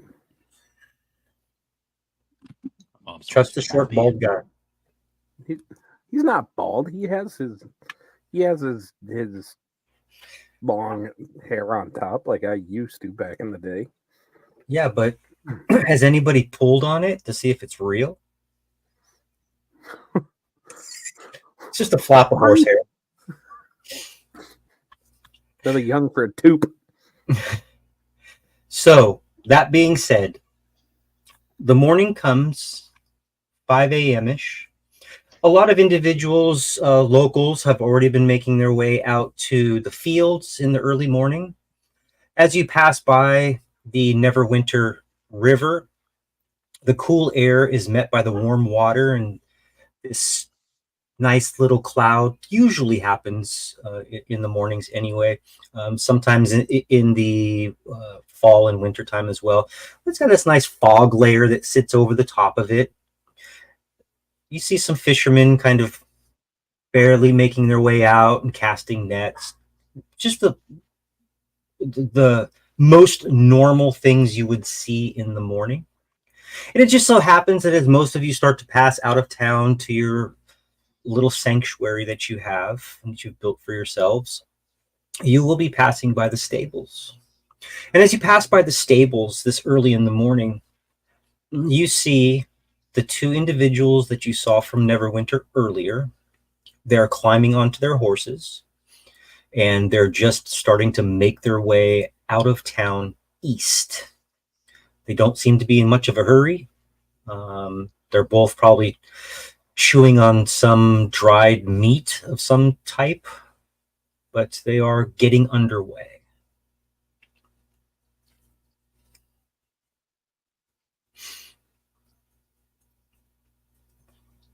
With nothing said to them, I'll just have you guys at your little hideaway, your little hidey hole in the woods at 5 a.m. in the morning. I will say, like, Dordrin is there, like, already doing, like just basically, like, jogging in place, like, ready to go. Like, I'm so ready. I'm so ready. How do you have this much energy at the actual ass crack of dawn? I don't know. I'm a morning person.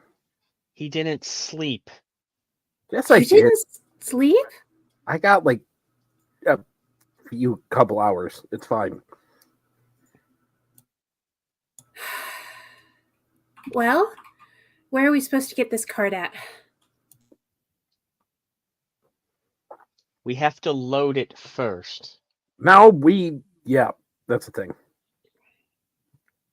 Details. Because Shanoa was slacking. She was supposed to do it last night, but instead she was at the bar like an alcoholic. That's nuts coming from you. I'm a dwarf. It doesn't count.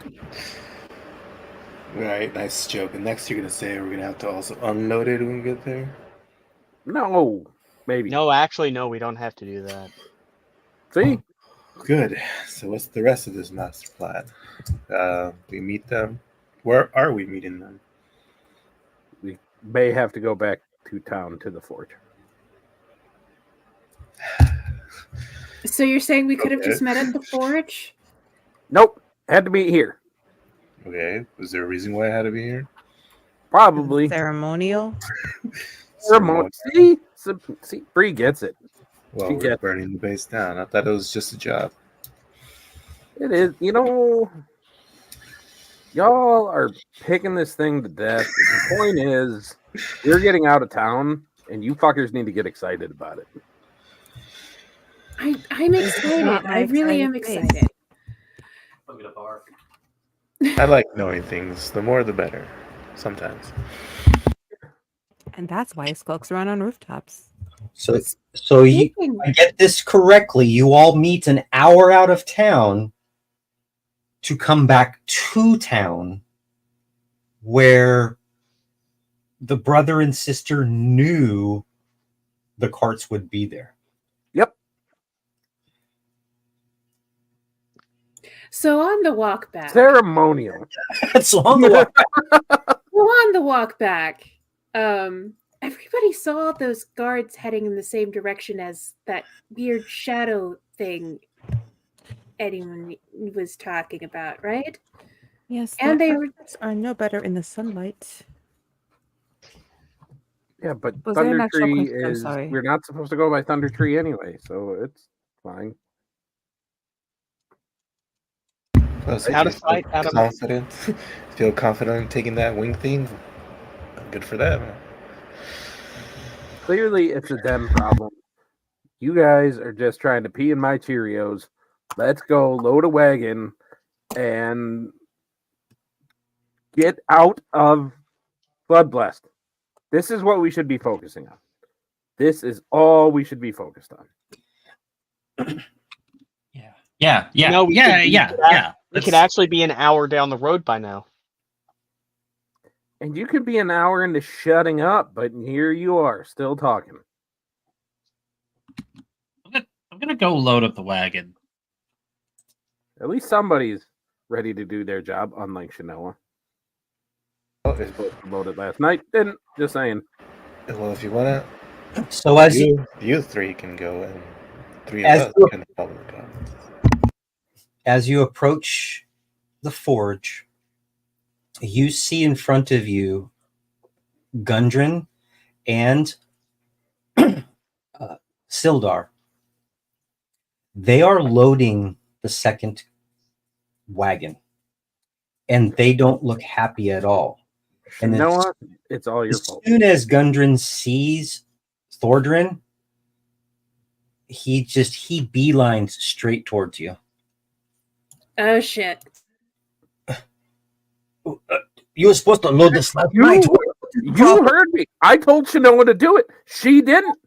It's totally her fault. Look, you two need to get your shit together. You're going to take this stuff. It's going to be an easy trip, but you two need to talk some shit out, I think. Get it together. This was supposed to be loaded last night so that you could leave it on. You know, in Dwarven culture, the older sibling tells the younger sibling to do something and they listen. This half-elf just doesn't know what the pecking order is. Well, nevertheless, we've already got this halfway loaded. It'll take another 10 minutes to load it, but I'll allow you to do that. Look, take the high road, then you're going to make a left, then you're going to make another left. It's very simple. Follow the fucking signs. It's easy. Sorry, Mr. Gundren. We'll take more responsibility from here on out. If you are successful, again, maybe there's something more, but we're not getting off on the right foot. I'm not trying to be a hard ass or anything, but Jesus Christ, we've got to leave. We have some business we need to take care of prior to getting there, and as soon as we do that, we'll be there, waiting for you, hopefully. But hurry up! What are you standing here for? I am already loading shit and yelling at Shanoa. You were supposed to do this last night. I literally said, Shanoa, do this before you come to the bar. Dwarven. You know, there's a lot of you, not I, or we. You notice that? Nope. Of course not. I'm sorry, Gundren. You see what I deal with. So both Gundren and Sildar hop onto their horses. Their saddlebags draped over. You see some small pack with maybe provisions or something like that in there.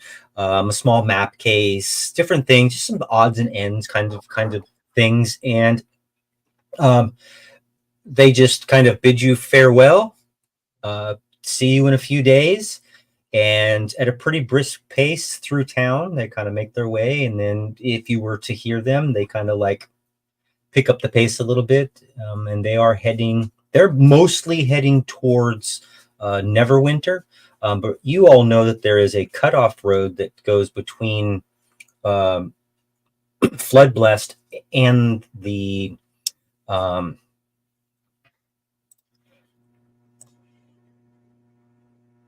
high road. I don't know why I want to keep saying a road. High road, which will cut off a little bit of time for you. But nevertheless, you still have a good 15-20 minutes of packing to do. But both oxen on both carts are ready and raring to go. We just need to know who is driving, who's sitting where, who's sleeping, as you start to make your way out of town. Opposite cart of Thoradin.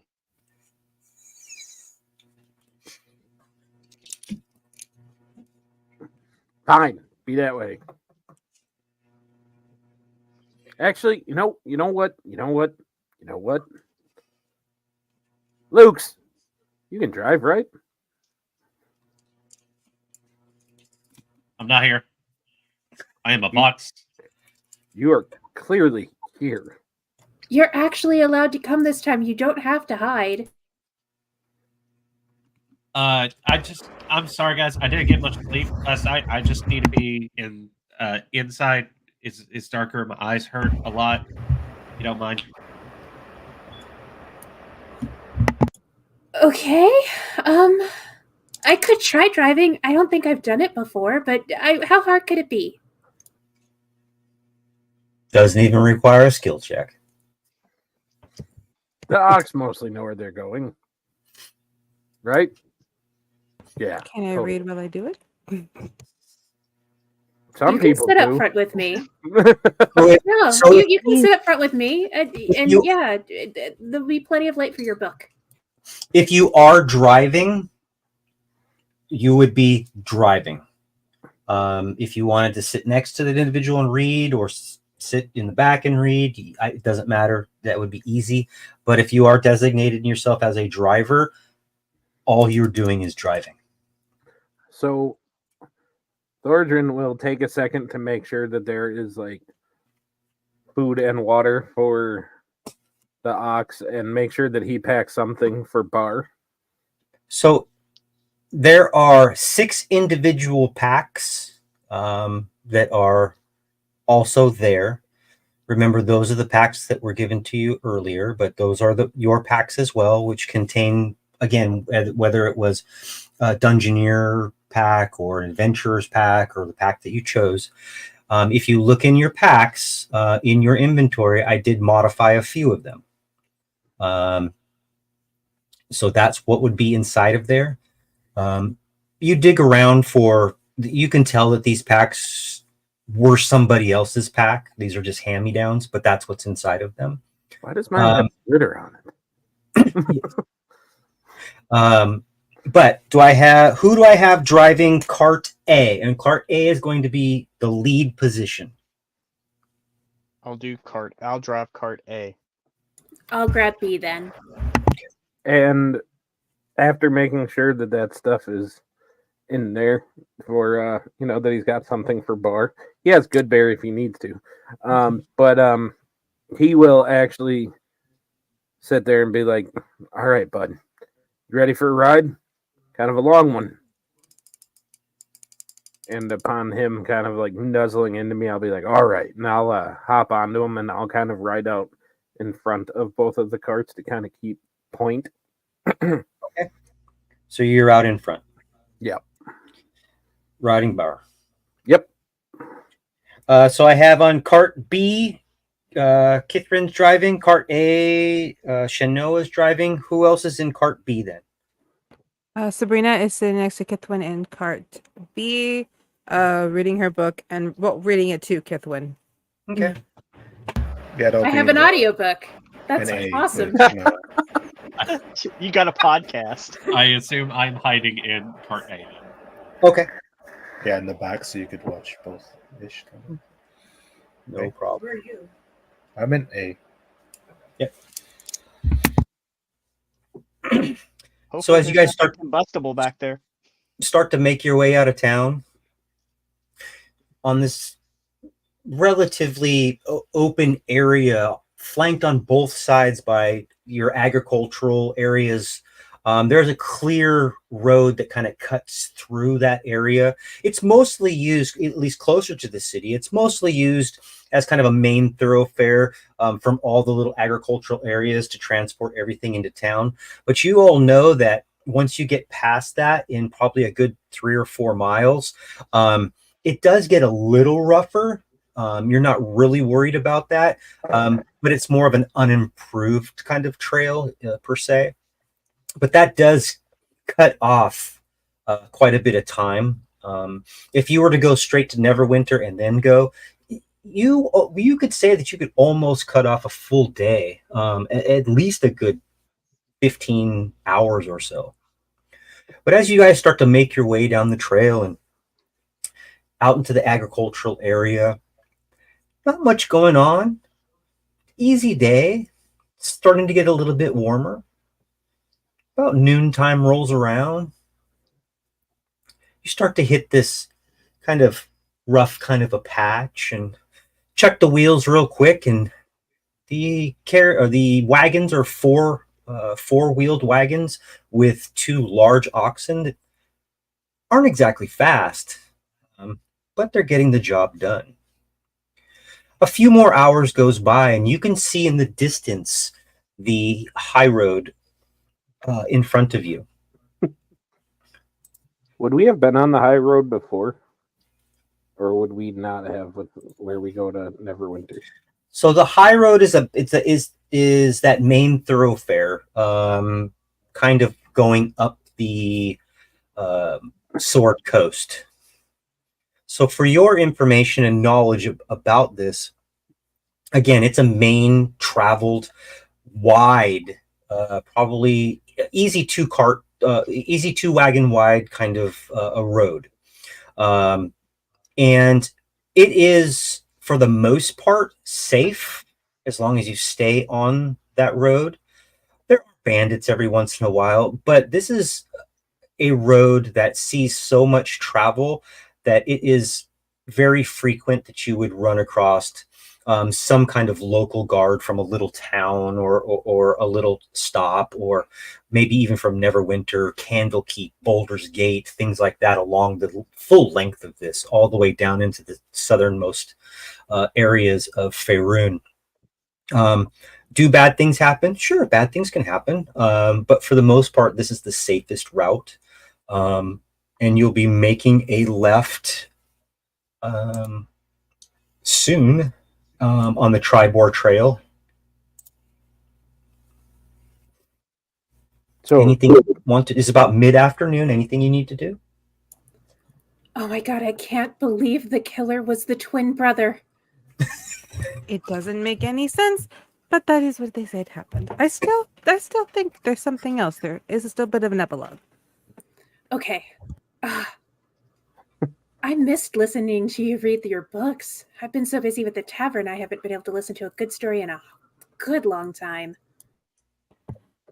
I miss reading your books as well. It gives me a chance to talk. I forget I can do that once in a while. I love you.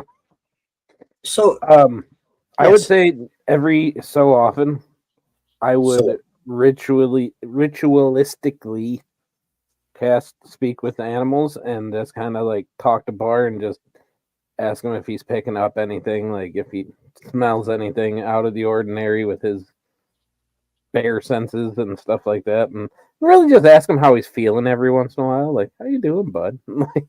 I'm quite bored, to be honest with you. This I is know. like, these oxen are pretty fucking slow.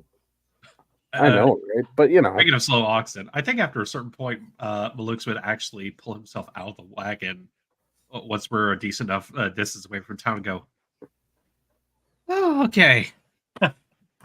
You need help driving? We're good for now. you told them you were leaving, Yeah, I did. so why were you hiding?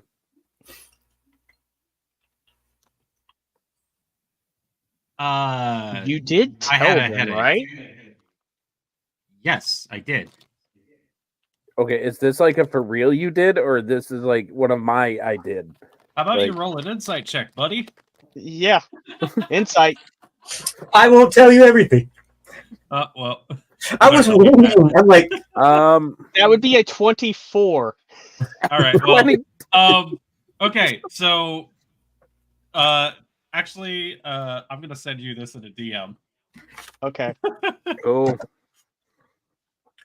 so, so hey, Thornton, yeah, buddy, what's up? I'm craving meat again. You know, we can't eat people, and the No. ox. We kind of need those. We kind of need the ox for getting to where we're going. But Okay. I'm going to tell you what. I know, but you know, I will keep my eye out when we take a rest to see if I can hunt you down something to kind of get you a little something. But for now, Is he how about asking for this? food? And I just kind of You tell him about the special jerky you got him. Don't forget What? about the special jerky. what special jerky? The one you got from. You're a dick. So you kind of see me kind of do this like weird druid stuff, which you guys don't see me do often. But I kind of like just sit here, kind of like shaping nature, and then in my hand, all of a sudden, I have these like 10 berries. I'm sitting here like, tell you what, bud, pop one of these in there. Open. Nope. buddy. No, Barnstein Bear. no, We talked about this. no. That sounds like a persuasion roll to me. I want a bunny. Persuasion or is it animal handle? What's he Persuasion. saying? Either way, it's a Intimidation. disadvantage. He said no. Intimidation. I want a bunny. I want a bunny. Give me a bunny. Do you see any bunnies around here? I'll look around. No. Okay. So I mean, there's, when we to be honest with you, there's some small birds. There's everyone. Maybe a little ground squirrel takes off. Again, we're on a kind of a plain area. This time of the year, the grass is just getting brown. Not too much, but again, if looking into the distance, and you can kind of see where this high road, you're going to kind of navigate to that high road. There is a small cluster of trees. Again, this is a few miles away, but you can tell that there's a small cluster of trees, kind of maybe in that path that you're taking at this point. But other than that, it's just like, other than me, other than reading a book, this is like some boring ass shit. And like, I hope this isn't how adventuring is, because I'm really bored. I mean, that bear is bored. So, as we were walking and I'm continuing to argue with him, like, just open. Oh, you. In that second, I try to shit with it in there. Nope. No. Nope. Oh God. Nope. Mm-mm. What is going on up there? Thorin's being Thorin. I just fed my bear, all right? It's fine. Nope. You. Can I, DM, may I roll a luck roll to see if maybe Kithwin had foreseen this and maybe put some dried jerky in her storage? Just roll a luck roll, see if I remembered that. So, as Maluk's was in the back of the wagons, taking a break, a siesta, he did see a few bags of flour, a couple of casks of dried pork, 2 barrels of looks like some kind of ale, lots of tools and things like that, miscellaneous mining tools and things, but it is kind of stocked with some supplies. You don't know if they're marked as these are part of what I have to bring with me, or maybe they were sent from, maybe that some of it I could take. There was nobody looked and nobody asked, so that's on you guys. But there are those things back there, and each cart is only distributed with about the same thing. Are there any like of these crates that have any kind of a seal or marking or like that, anything like that on there, or is it just all? No, I mean, we're rudimentary flour, rudimentary ale, strong. Nothing really. There's no, It's whatever flour, that- likely meant to be provisions for someone that we're delivering to. Well, he said that we got some stuff too. He said that food was. I think he said food was included, didn't he, Chinoa? At least you what you do know is that in those packs that you have in your inventory, you have at least some days' rations that were in there, and those are fresh. But other than that, nobody said they were packing a ham sandwich for lunch. Well, I just kind of pop one of the good berries in my mouth, and I'm good. But That's fine. I do have 4 rations. That's good for 1 day. Are the rations meat or is it like hardtack? It could, to be honest with you, I would allow you guys to determine what it was. Only because you never know. We might have a vegetarian in the group. Okay, then Mine is dried jerky, and Apparently, that excited Bart. apparently, and Kithwin, being a softie for the bear, will sacrifice her ration for the day and get it to the bear instead. You don't No. do that.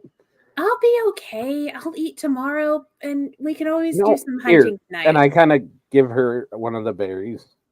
Oh, see, that's a fair exchange. Here, give this Here to we the go. bear. Just, anyone feel free to let me know if you see a rabbit or something. Thornton. I've got some Thornton. stuff I can Yes. try. Thornton. What? What? This is a little dry, Thornton. Can I get some water? Maybe it would be best if we stopped for just a rest. Think we would all No, make I a got. date. I take out my water skin and I kind of like right into my hand, like to kind of like so he can like lap it out of my hand, and I just kind of sit there like. I've got it. I've got it. I'll shape water out of a little bottle on my belt and just So as hold it up Luke, for him to like. I was gonna gulp. say, as Luke goes to like have something, you see Thornton get like, okay, You see him jump into There's this long looping like string just comes out and just I'm just doing shapes and loop de loops in front of bars, so he has to work for it. Okay, There this you is go. enough. See? This is enough of this shit. Let's keep going. Are we going to ride just straight into the town? no, not we're going gonna have to stop take a and rest at some point. But It's So, about it's about mid-afternoon. You probably got another few hours to kind of you can around a few hours to get to again that kind of meeting point of the high road, that little cutoff that you guys have, and then again you could probably see a little clump of trees. Now keep in mind, as a DM, and Brian and Patrick can attest to this, there are on most major roads in any place that I DM for, there are usually at about regular intervals a place where it's known that you can pull off a wagon. It probably has already some semblance of this is kind of a camping site, a known camping site. It may be in an area that there's a known small spring. There's usually a fire pit or two, depending how big it is. But you can best guess that that's probably what that is. There's nothing really else in either way that you look. That's probably what that is. And you'll be there in just a few hours and be able to set up camp and take a breather. So, as we're walking down the road and all that kind of stuff, you guys see at one point Thordrin and Bar just kind of stop. And like as you guys catch up, you just hear me say, "This is it. If I take one more step, it'll be the farthest away from home I've ever been." You stole my fucking line. I'm the halfling here. I stare at Thornton for a second and go, oh yeah, same. I mean, technically, we passed that like way back for me, but this is it's still going. A high score kind of sort of situation. Yeah. You stole her thunder. Well, to be fair, she's not taking any steps though. She's in a wagon. So Also, the farthest would have been back at the fucking village, not here. So as a few hours pass, you do see a random wagon or two, small carriage pulled by a single pony, heading towards one or two of them heading towards, they're going north towards Neverwinter, about what you can think of as probably about a day away from where you're at right now. You may see in the distance a longer caravan that doesn't look like it's stopping. It's just continuing on past this small grove of trees. But as you make it onto the high road, it kind of flattens out. It's a little steadier. It's a little more even of a road. Definitely enough room for two full heavy wagons to pass with ease. And just within about 15 to 20 minutes of that time, you see like this designated rest stop, little sign pointing down. Is there a sign that says next rest stop in In 24 X hours. miles? Yeah. Oh, okay. Pete. I put on the turn. I put on the turn signal and make my way off the exit ramp. The oxen starts clicking Yeah. one of its horns. So as you can see, as you start to pull into this little area, it kind of slopes downwards slightly, and then really flattens out into a circular grove of trees.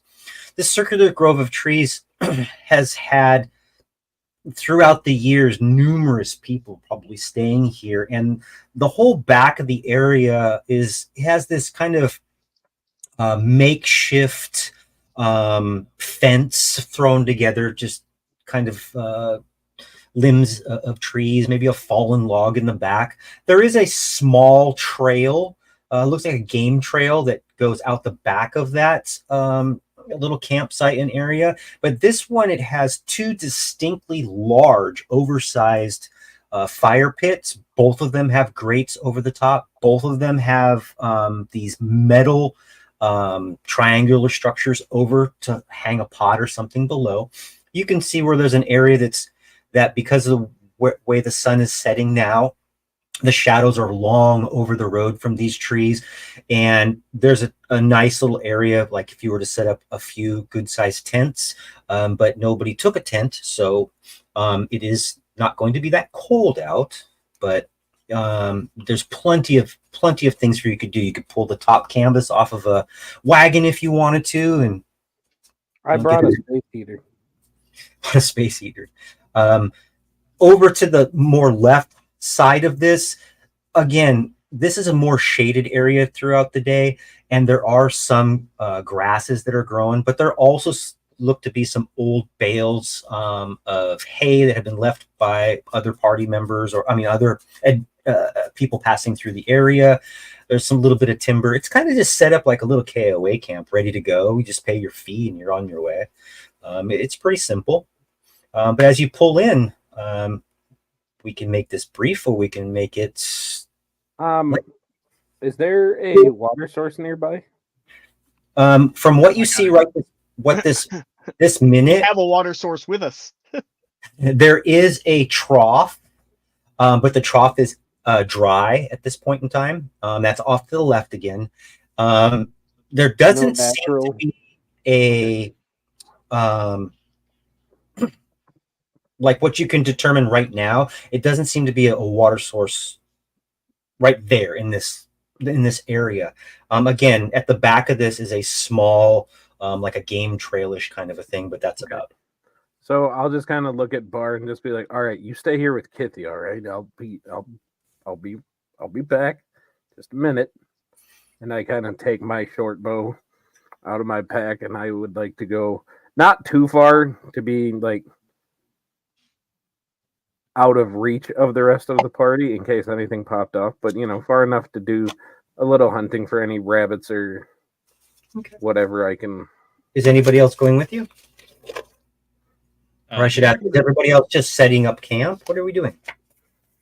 I am Sabrina for sure has already plopped herself down and is reading again. If there's not any firewood readily available at the campfire, I'll go with just to collect some lumber.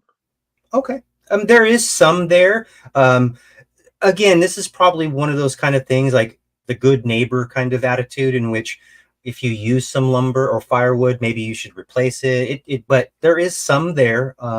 Probably not enough to keep you through the night, if that's what you wanted to do. But there is some there. But if you're going to go with him, you guys can go together. I will take what's available at this moment, throw it into the fire pit thing, snap my fingers, and a small fire comes up from the fire pit. Woo!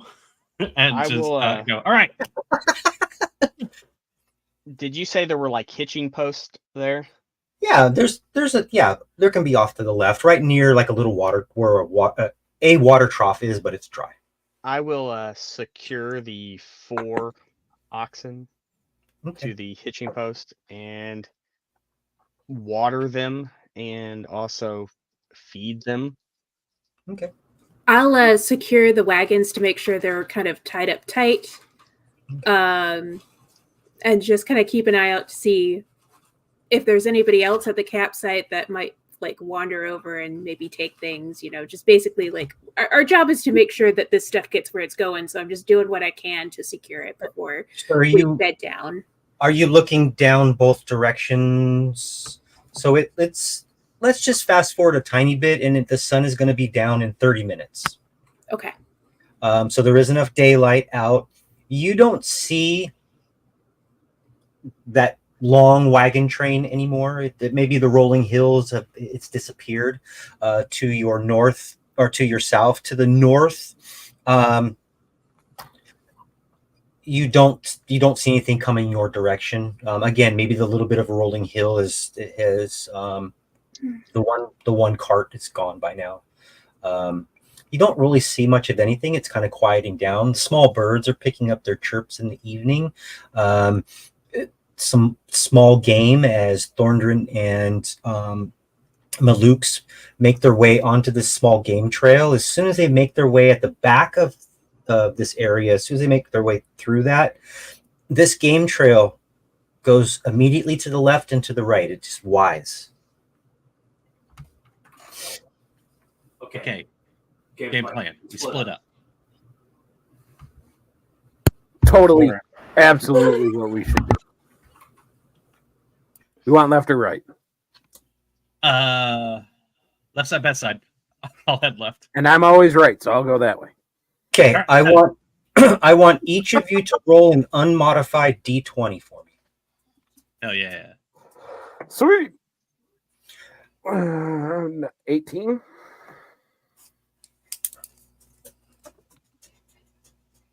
Well,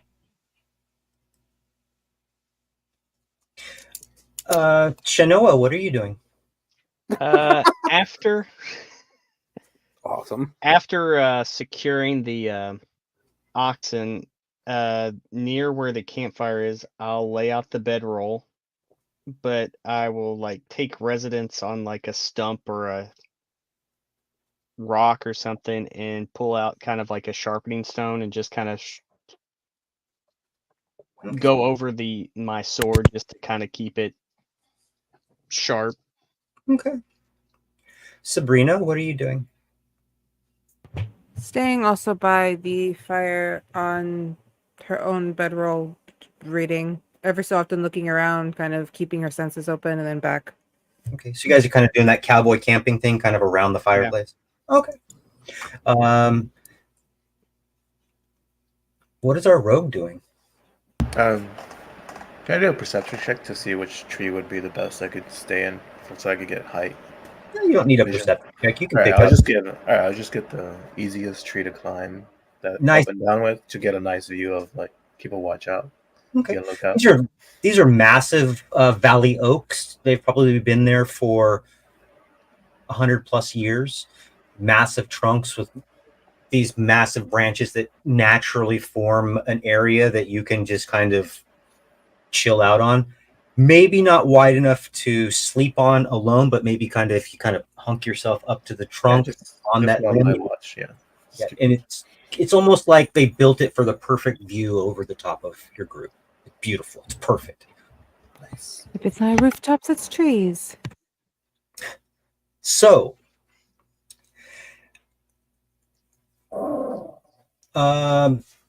Thorndrin, as you make your way right, correct? Yeah. As you make your way right, this trail kind of curves back and around a little bit, and as it starts to pull back and around, what you see in front of you is this kind of naturally occurring rock formation, and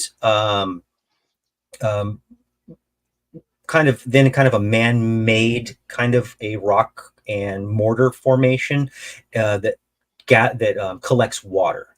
And it looks like it's a small spring. There's not a lot of water coming from it, but it's definitely enough for probably a good 10 or 12 people to have enough water to go to the next spot or the next day or to Neverwinter or to down the road. It's not a lot of water, but it's water. Okay. Is it so it's clean? It seems to be clean. Didn't we have this discussion about clean water on the on the roleplay channel? I don't know. There are protozoa in it. Sweet. Maybe some Cryptosporidium, Giardia. Protein.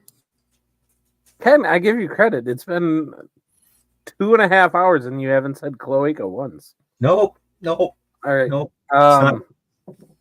So at this point, like seeing the water, I'd like to keep my eye out for any, like I said, just any rabbits coming in, any small game like that. Enough You actually don't see a rabbit, but you do spot a small marmot. The fuck is a marmot? Well, Brian says because typically marmots are more mountainous creatures, but this is going to be the best equivalent I can give you. It's not a badger, but they're quite tenacious. But you kind of see big enough to make a meal out of it, or is it? Yeah. Then I would like medium to. doggish. I would like to take out the marmot. Okay, so first, what I want you to do is I want you to give me a. Let's just do like a stealth check at disadvantage. Sweet.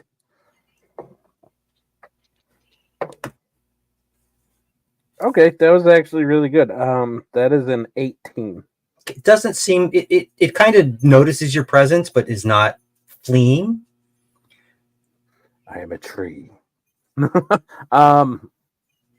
So is it looking like at me? It's not really paying much attention to you. Maybe you snapped a branch as you came in and it kind of looked up, but it just like it's kind of far enough away. In the bramble, maybe 28 feet, maybe 30 feet. But it feels like it's pretty secure in the bramble. It definitely doesn't know you're there. I rolled a 1. Okay. And having hunted before, do I feel like I have a good shot at this thing, or do I feel like it's a shot through bramble?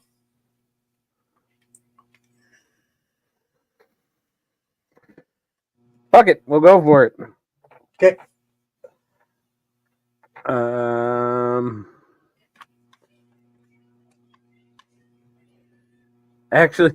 Actually, no, we won't, because I forgot I didn't have enough to buy a bow. So I guess I'm hucking a ice knife at it. Is what I'm going to do. No bow. I thought no. Okay, I remember what arrow, happened. but no bow. No. I got misunderstood what he said about the stuff and the amount that we had and the cost of the bow. So it's all good. It's all good. I'm ice knifing this. We're gonna have frozen marmot. Holy shit! You know, ice knife explodes, right? Go ahead. No, he's made his bed. He has to lie in it. I do. Yeah, absolutely. That Frozen is dinner a has a new meaning. 16 plus 7. Okay. And what's kind of left is a half of whatever it was and a large poof of fur. It kind of crystallizes and then turns into a mist. And you hear it scream its bloody death because you still have Speak with Animals up. Nope, that only lasts for 10 minutes, and I did not have that up when we came in here. My body is over there. I'm over here. Why did you kill me? Don't kill me, please. I would have gone. I come up on this thing and I find out that it has like a bunch of kids or something, because that would just be totally. You hear. Don't roll for it, and you'll never know. You hear in like Marmot just, Daddy. Daddy, was that you? He went out to go get milk for us. You so know he had what? to come back. That's fucking correct. Kiswin, Awesome. roll me an unmodified d20. Let's see what happens. Awesome. Only good things. It's never good things, actually. Not with Ken, it's not. That's a 6. You scurry around, you look, you find a burrow. There's nothing in it. There's a Okay. half of an animal that would probably feed 3 humans. In the burrow? No, that you exploded. Oh, that I got? He was a bachelor. It was fine. You dress it out real quick. Whatever left that you can get, you're like, this is a quick meal for 3 humans. That's about it. Nothing spectacular. A little gamey, but nothing spectacular. But let's go over to Maluk's for a second. Maybe I should Of try course. the sword whip next time. So it is a little dimly lit where you're at. You've taken probably a good 30 to 40 feet into this thicket. It's a little thin. I'm one of the very few people in this party that does not have dark vision. I know I have distinctly no DV. I'm pretty sure there's No only one bone. other person who doesn't have it. Kiswin, I have no DV. Yeah. Oh yeah, absolutely no DV. Blind as a fucking bat right now. I hope you don't need help. So I want you to roll Okay, me a is perception that- check real quick. What kind of check? Maluk's, just a perception check. Sure.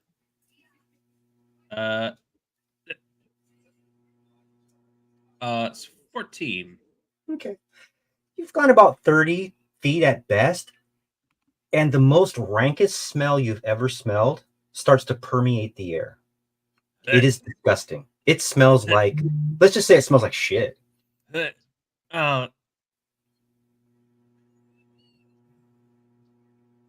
Luke's kind of crams his eyes shut for a second, takes a breath, regrets it, lifts, reaches into his bag and pulls out a small bead that's already glowing itself, and just kind of like looks down at his shoes. It's just a little dirt path. It's again, it's just this little kind of thin path in the bramble.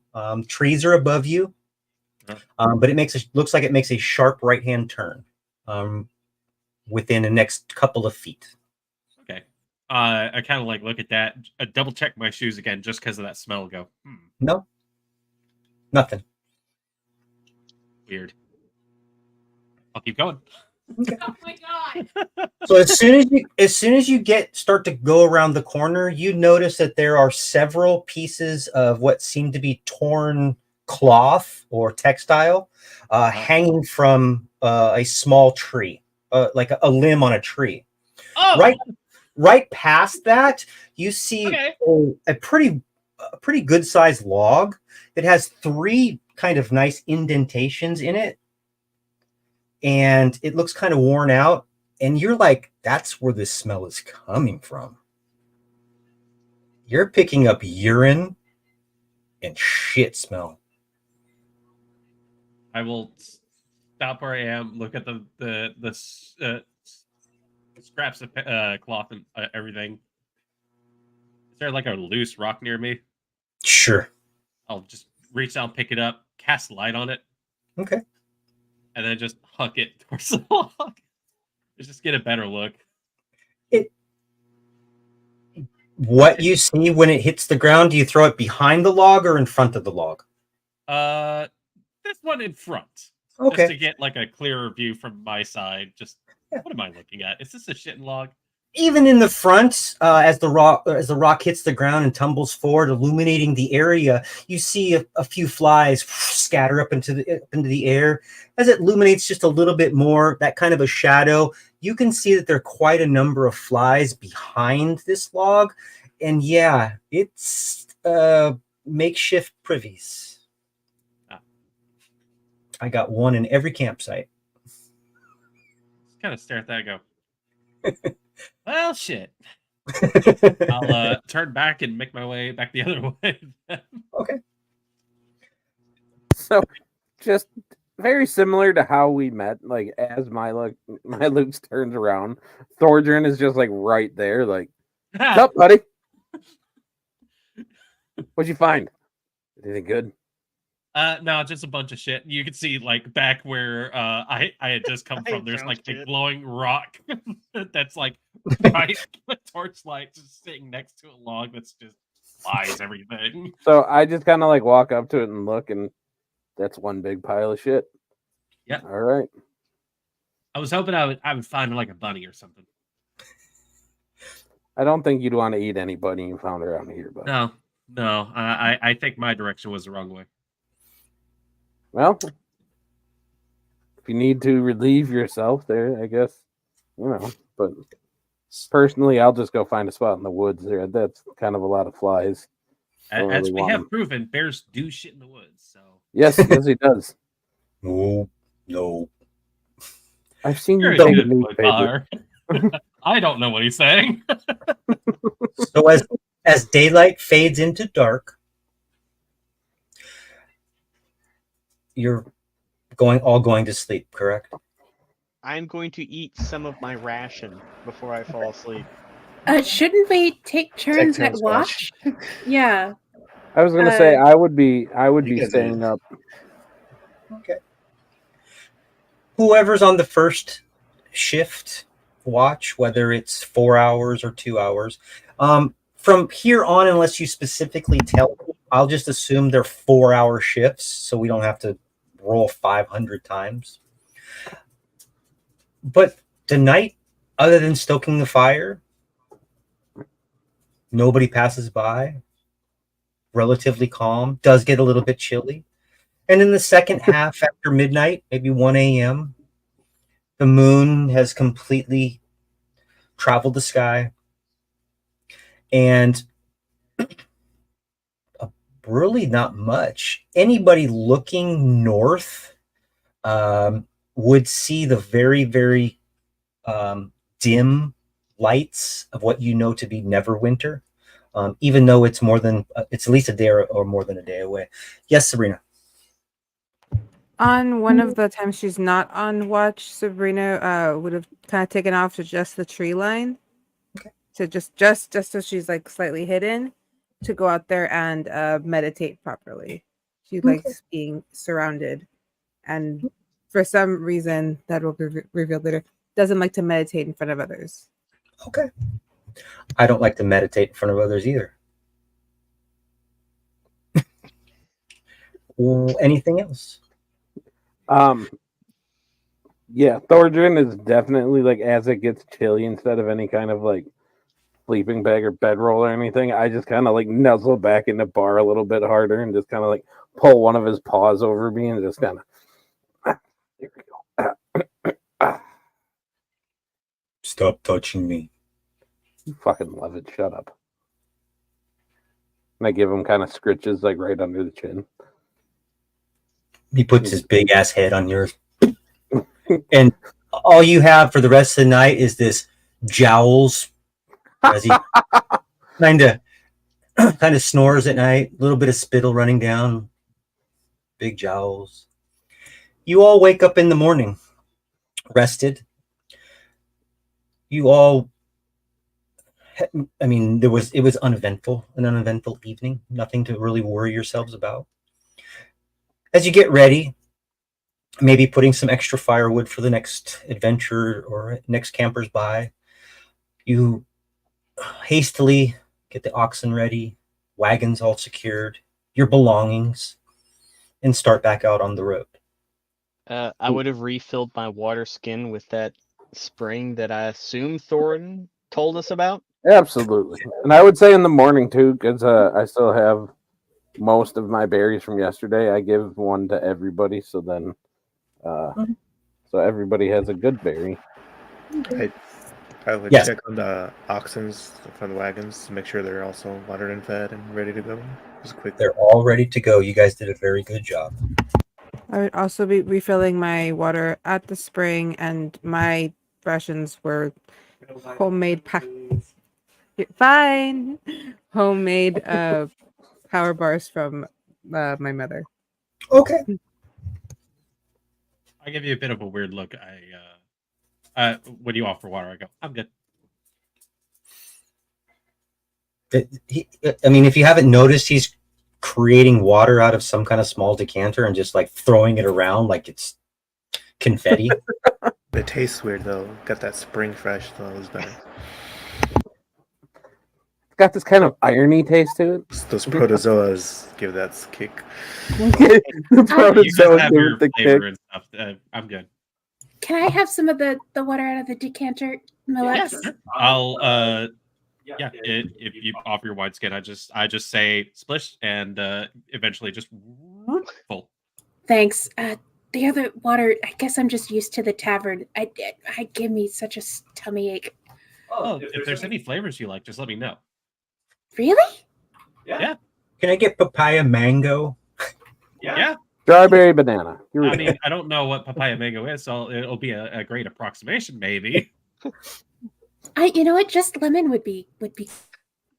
I know lemons, and I'll just quickly tap your water skin. Thanks. It's kind of weird to be out here, huh? Yeah. Just a little weird. Anybody miss it yet? No. It's no. Insight check. Are you serious? I don't know. I do kind of miss my dad a little bit, but it's nice. Kissy, we've been That- gone for like 14 hours. You're just jealous because she actually gets along with her parent, unlike I do or you do. I get well, for one, I don't know if I get along with my It's parents just because me they're he dead. hates. But I get along with Exactly. my uncle just fine. I get along with my moms. It's not that I. It's just I hope they're doing okay without us. I mean, we all helped out a lot. I doubt the town is on fire. The Foreshadowing. apothecary might be. The Oak Father teaches us that everything happens exactly as it's meant to. I explode. I'm kidding. I'm kidding. Everybody make a dex save. Should have seen that one coming. Well, So, yeah. Sorry. That's okay. Lilith, do you want to do the driving today? I kind of drove all day yesterday. Tell you what, I will drive. You can ride the bear. You mean it? And she looks at Bear. Would that be okay, buddy?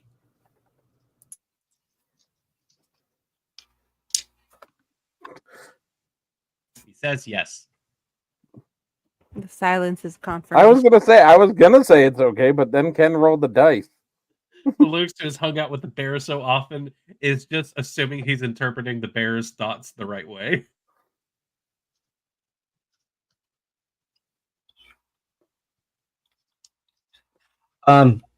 So if you're all ready, we make our way. Sweet. We're going to fast track a couple of small things.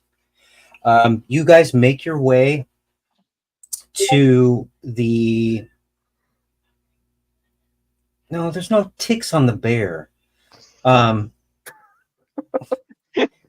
You make your way to the Tribor Trail.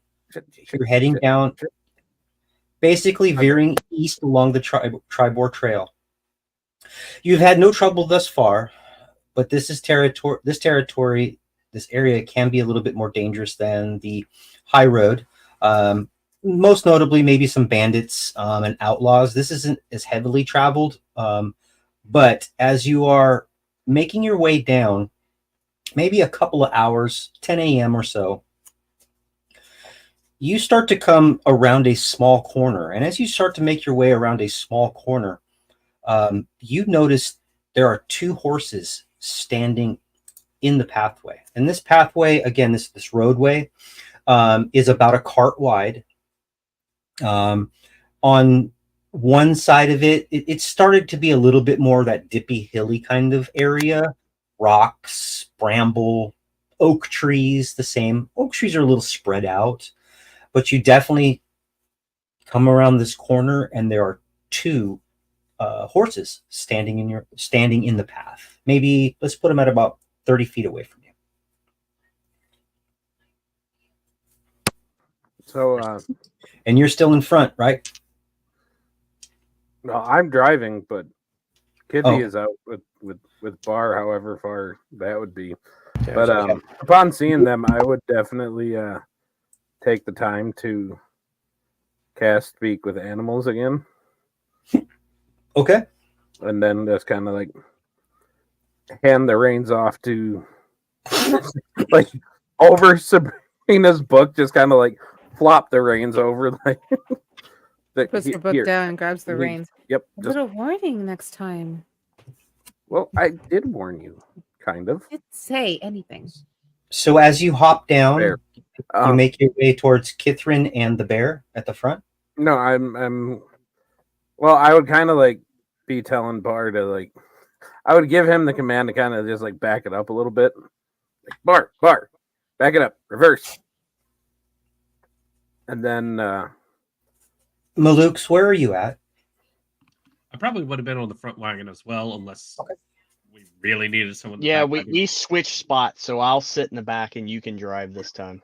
Yeah. Okay. So as I'm kind of sitting at the front, I kind of notice the horses and everything. Go, okay, why are there just horses? I'm working on it. Okay, you want How backup? far are you away from the horses, Thorndrin? I would say from about 30 feet away, I would start speaking to them in horse. Okay. At 30 feet away, are you any closer than 30 feet, 20 feet? I would say it like because I hop down and I'm starting to walk towards them. And Okay, so can we put you at 20 feet? sure.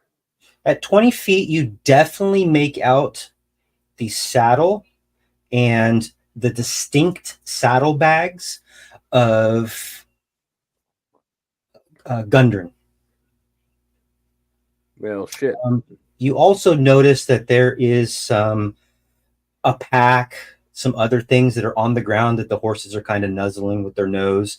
They're not running away from you, but as soon as you notice that, with your, let's see, I need a perception. I got that. You almost immediately, both you and Malukes at the same time. Malukes, you hear snaps in the bramble to your right.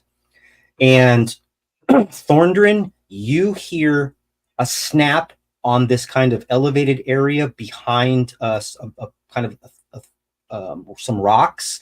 And you definitely see a small goblinoid figure stand up, and he shoots an arrow at you. Did I hear him say anything before he did that? You didn't hear anything. You just heard a snap, and he was like, you look, and he's literally like this. If only you had a bow. I do, in my mind. So what we can do right now is A, we can complete this, or B, we can stop here and continue it next Wednesday. This is a quick little, and that's about it. I'm good. But I have another hour before I have to be asleep for work in the morning. So if we can do it within the hour, I'm okay with keeping going.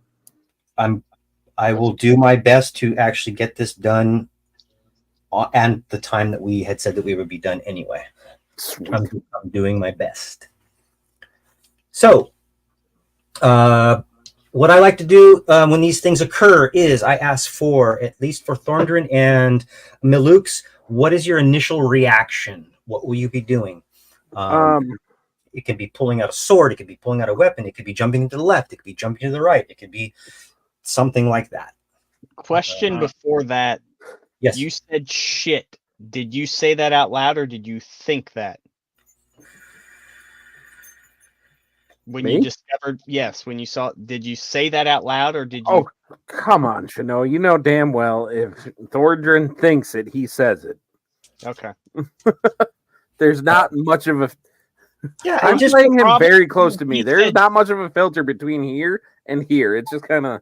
Probably And with how he said shit and probably the tone, I would have maybe more perked up. Okay. Just And I'm gonna go with unless you guys say I am out of character. If you say "oh shit," you said "oh shit" in the game. We'll just make it Yep. easy on everybody. Um, So, what would be your reaction, Thornton, other than "oh shit"? so I would. I mean, I would probably definitely try to dive out of the way. So you could go left, go right, go prone, jump straight up. What do you want to do? I would say I will kind of do a tuck and roll to the right. Okay. You tuck and roll to the right. Milux, what would you like to do? Hearing the snap of the woods, easy decision. Maluk's dives away from the sound. Okay. And you're on a cart. I mean, you're on a wagon. Yes, he dives off the cart. Okay, perfectly fine.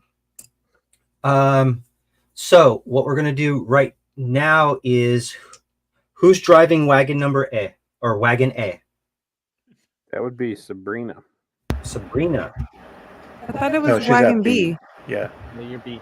Oh, Malukes really? I was would driving, be A. but he jumped. Melux is driving. Melux is driving. Shanoa was driving A, and But me and Yes, Maluk no. switched, Yeah.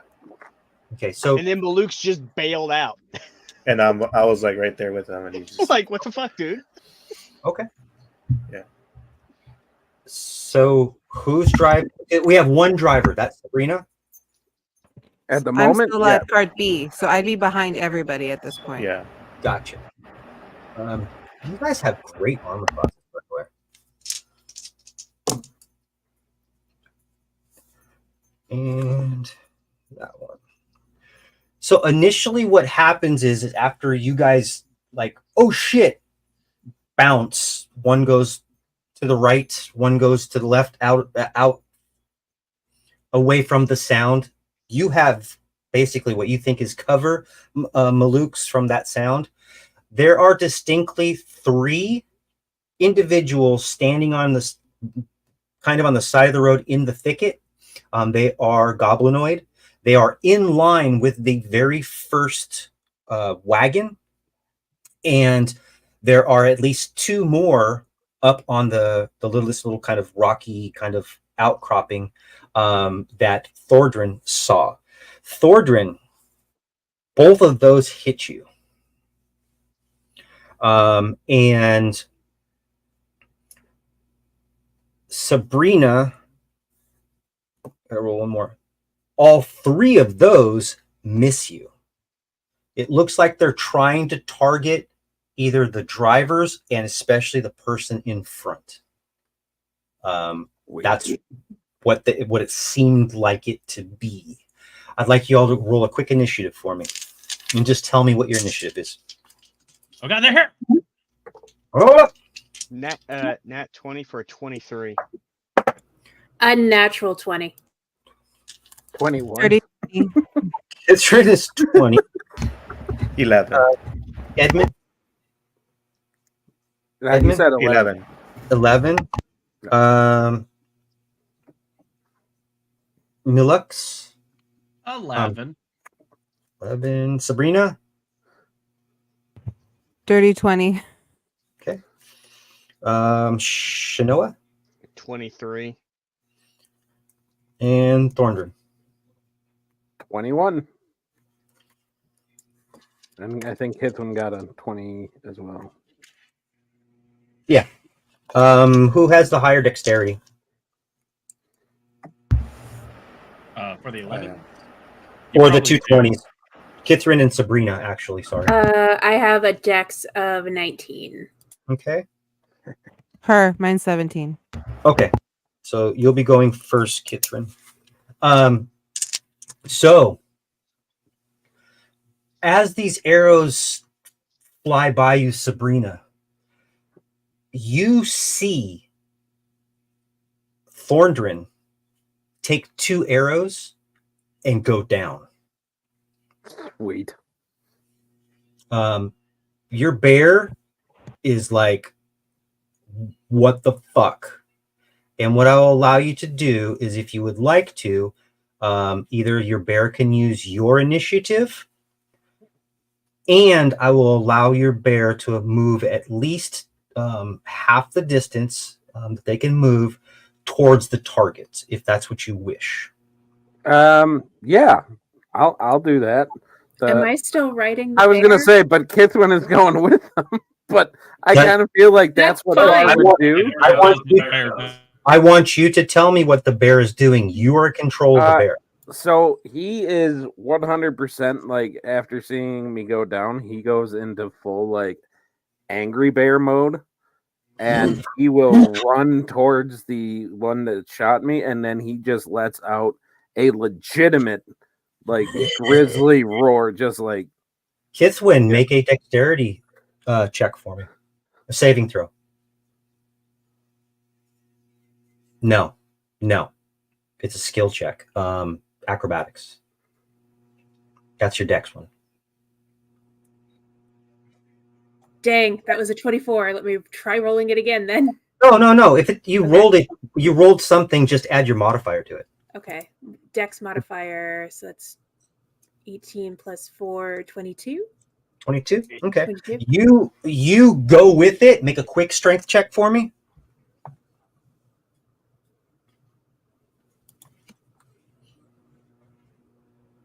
Uh, 18. Awesome. You're like, you make this quick jerk. This bear starts going up the hill. You're holding on to hair. I got this. We got this. It's just like one of those bucking bull rides at every cowboy bar in the world. Yeehaw. Made an immediate left and went up this hill. We're gonna actually jump off really quick to Shinoa with a 23. So, how far away is Thoradin from cart A? We're gonna do this with our eyes right now and in our minds. I can show you a map if you want, but I think we can get through it relatively quickly. Okay. How far away is he from cart He's A? going to be 12 and 15. That's 27. He's within 25 feet of you. Okay, I'm going to jump off the cart and make a beeline towards him. Okay. And how far can you move? 30 how fast? feet. 30 feet. Okay. So you're going to reach him? Yes. Okay. What are you doing when you reach him? I am fumbling around in my bag for my healer's kit. Okay. Anything else? I'm holding, I guess, putting my shield on putting the shield on my back, so whatever projectiles can be hitting the shield. So I'm blocking him. Okay. If that makes sense. Yeah, do me a favor. Let me look at something real quick. Do me a quick favor. We're trying to speed this up just a tiniest bits. Do me a favor, because you jumped off the cart. You're running. You're trying to get out your healer's kit. This guy's definitely down. How about you give me a quick acrobatics check?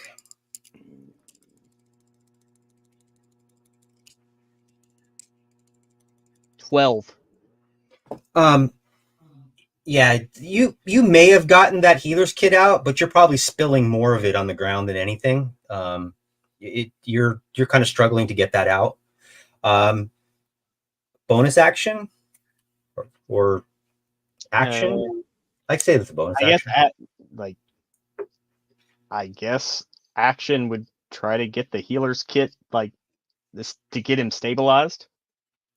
Okay. With it, so. Okay. You want me to come right back to you? Well, I guess, do I have to roll anything to try to stabilize him, or? So, okay, really quickly, he's got 2 arrows stuck in him.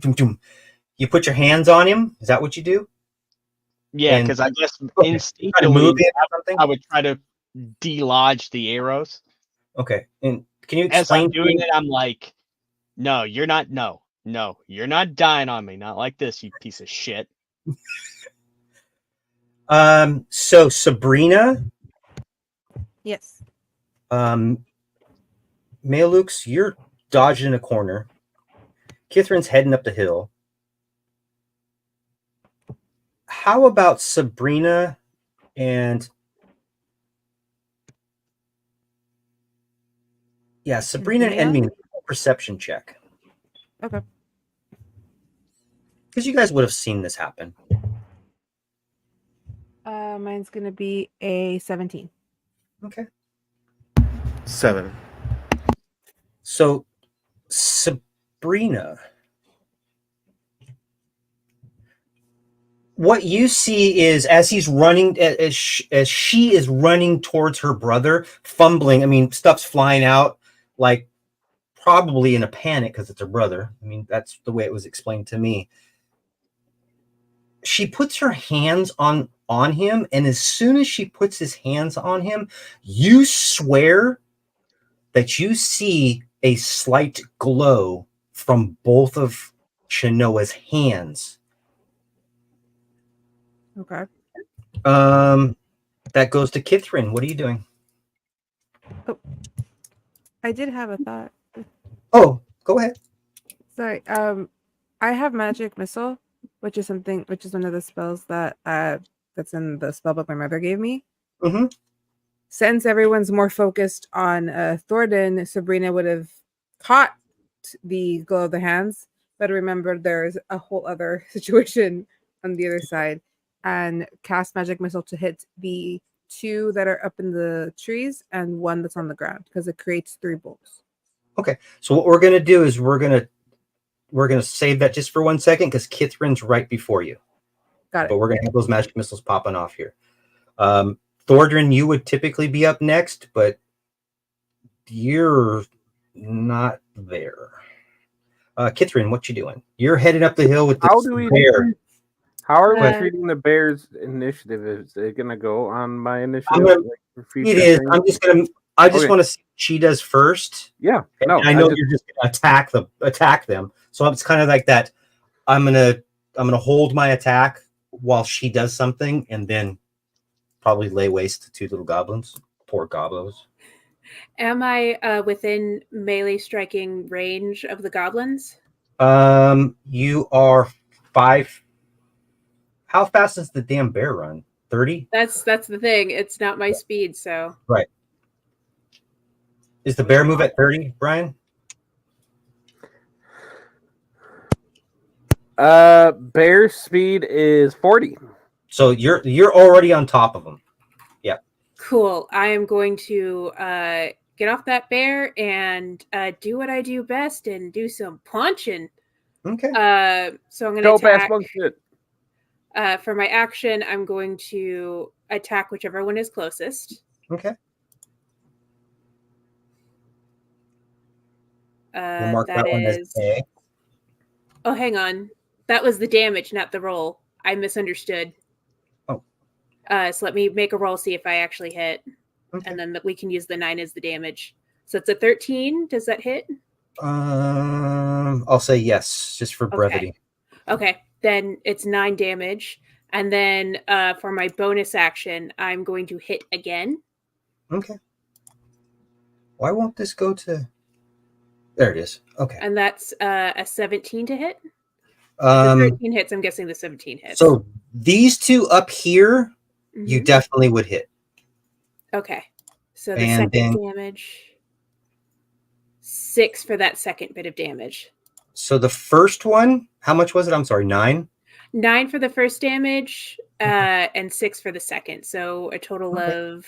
So the first one that you hit, it's just like you couldn't have disarticulated his spinal cord any better. He just gets hit, snaps his neck, and drops like a bag of potatoes on the ground. The second one, this guy is still standing, but like on a wobbly leg. Like Can I wobbly leg. can I intimidate them? See if maybe I can get them to fuck off. Sure. I'm gonna roll an intimidation. Let's see if this works. That's a 12.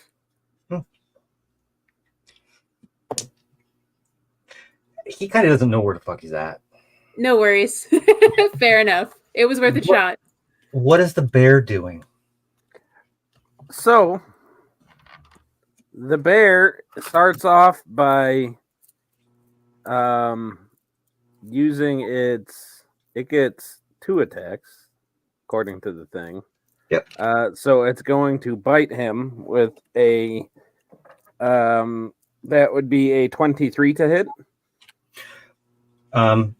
That's a hit. He's pretty much a stationary target at this point. Or 12 damage. So how is this bear? It's a swipe attack? No, that's a bite. Oh, well, it's right now you've pretty much cleaved through the entire rest of this goblin that was standing there kind of teeter-tottering to begin with. Yep. So much so that like one little leg is hanging out and an arm, it's just kind of hanging out and doing that, you know. Yeah, he angry. Yeah, that poor goblin. History. Because it's still mad, it's going to use its claws to just shred the one that's already dead. Because he's angry.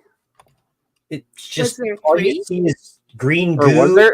was there another one? Because if there was Was there another 2 one, or he would have 3? gone after that. There but I were thought 2 that- in front of you. There were 2 Yeah. on the left, Mhm. and then there are 3 that you don't know of, but there are 3 on the right hand side of cart A. And then to end his turn, he just says, "Looks like meat's back on the menu, boys."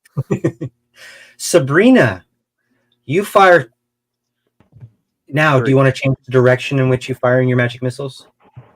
I would 'Cause now fire. You have 3 targets to your right. They're not more than 15 feet away. Then yeah, I would change my targets to them since they're Okay. closer to me. Okay. And And that's damage. Let me see if I hit first. Does a Sorry, 23 hit? a 23 hit. It's 1 for each individual one, though. Yeah, I was going to say that's one of them. Yeah. Does a 19 hit? Yes. Oh, well, that's just mean. 7?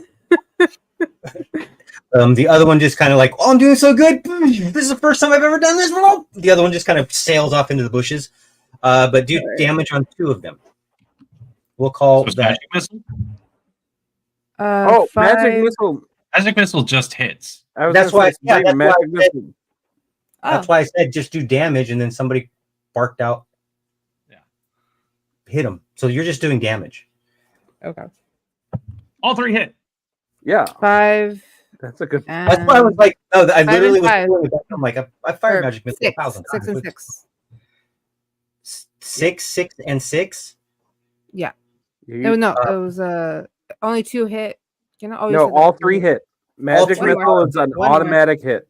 That's a 3. So it would be 6, 6, 3. Okay.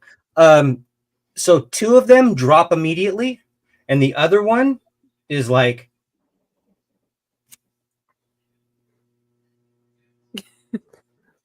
Above game, if somebody wakes me up, I do speak Skedaddle. goblin. Which is all she says. She just looks at it and just like shoos it away. So we'll keep an initiative order just to make. Wait, 2 people got 11s.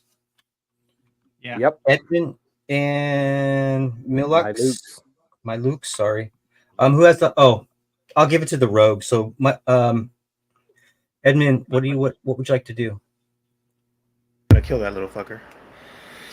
Okay. Or attempt to. I mean, it's not like he might have information on where the fuck the 2 missing people are, but you know, you 2 go missing for it, kill him. Well, I am upset. They just put our friend on the floor. Can I aim for like his leg? We can always to, move like, the body for pull. clues. It's fine. Say you want to do non-lethal damage to it. Yeah, that's what I'm saying. Non-lethal. To, So like, ranged non-lethal damage. is it Are we pulling out the one arrow that has a giant tennis ball on the front of it? The arrow that has the blunted tip. So It's got a That'll work, suction yeah. cup on it. I'll put a So- glove on it. yeah, so non-lethal damage for an arrow. Throw the bow at it. So what I'll do, Just go hit it. if you want to target a leg, or you want to target a specific part like a leg, I will increase his armor class to adjust for that, and you can make an attack. I'll just okay. I got it. I'm angry at this point with all this takes. I'm just gonna run after him. If I'm gonna Okay. kill him. I'm gonna do it with my own hands, kind of thing. You're only 15 feet away. Right. I'm gonna go snatch him. He's got his hands up. I mean, he was like, nope. Oh, I thought because he got dismissed by Sabrina, I was like, all right, I'll go Nope. He didn't snatch go him anywhere. He's like, nope. and use. We'll have manacles. I don't throw him move, in they can't manacles see me. or tie him up. Nope. So who speaks Goblin? The dead guy. Don't worry about it. He very clearly in common is like, I'm good. This isn't worth it. No. Nope. He just saw your party literally massacre his 4 friends. Nope. So we're gonna go Milux. Is there anything you'd like to do? Malux. Yes. I'm assuming Thordrin's within like 30 feet of me. Having like taken the dive, I kind of look over, see him hit the dirt as well. With Shanoa going to hang out over him. Knowing that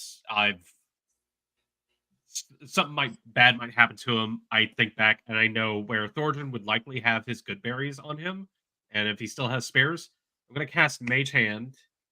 Okay. Move it over to where Okay. he would have the good berries on him and force feed it to him. Give me a perception check before you do that. Okay. I will try to chaos that then. First one was a 3. Let's see. That would be a natural 1. 15. Okay. 3 was a natural 1. Okay. What you see maybe in the same, this is like 12 seconds of time at best, happening so fast. You dove off. You see underneath the oxen's feet, Thorndrin go down. Yeah. You saw Shanoa running over there. But as you're like, okay, this is what I'm going to do. I can save him. You see his foot twitch. And in that same moment, Thorndrin, you gasp back to life. Okay. Other than the little goblin, we are out of combat. Why are you so close to me? I don't know. Because you're a fucking pincushion. That's why. That was awesome. Oh, yeah. That's awesome. Dumbass.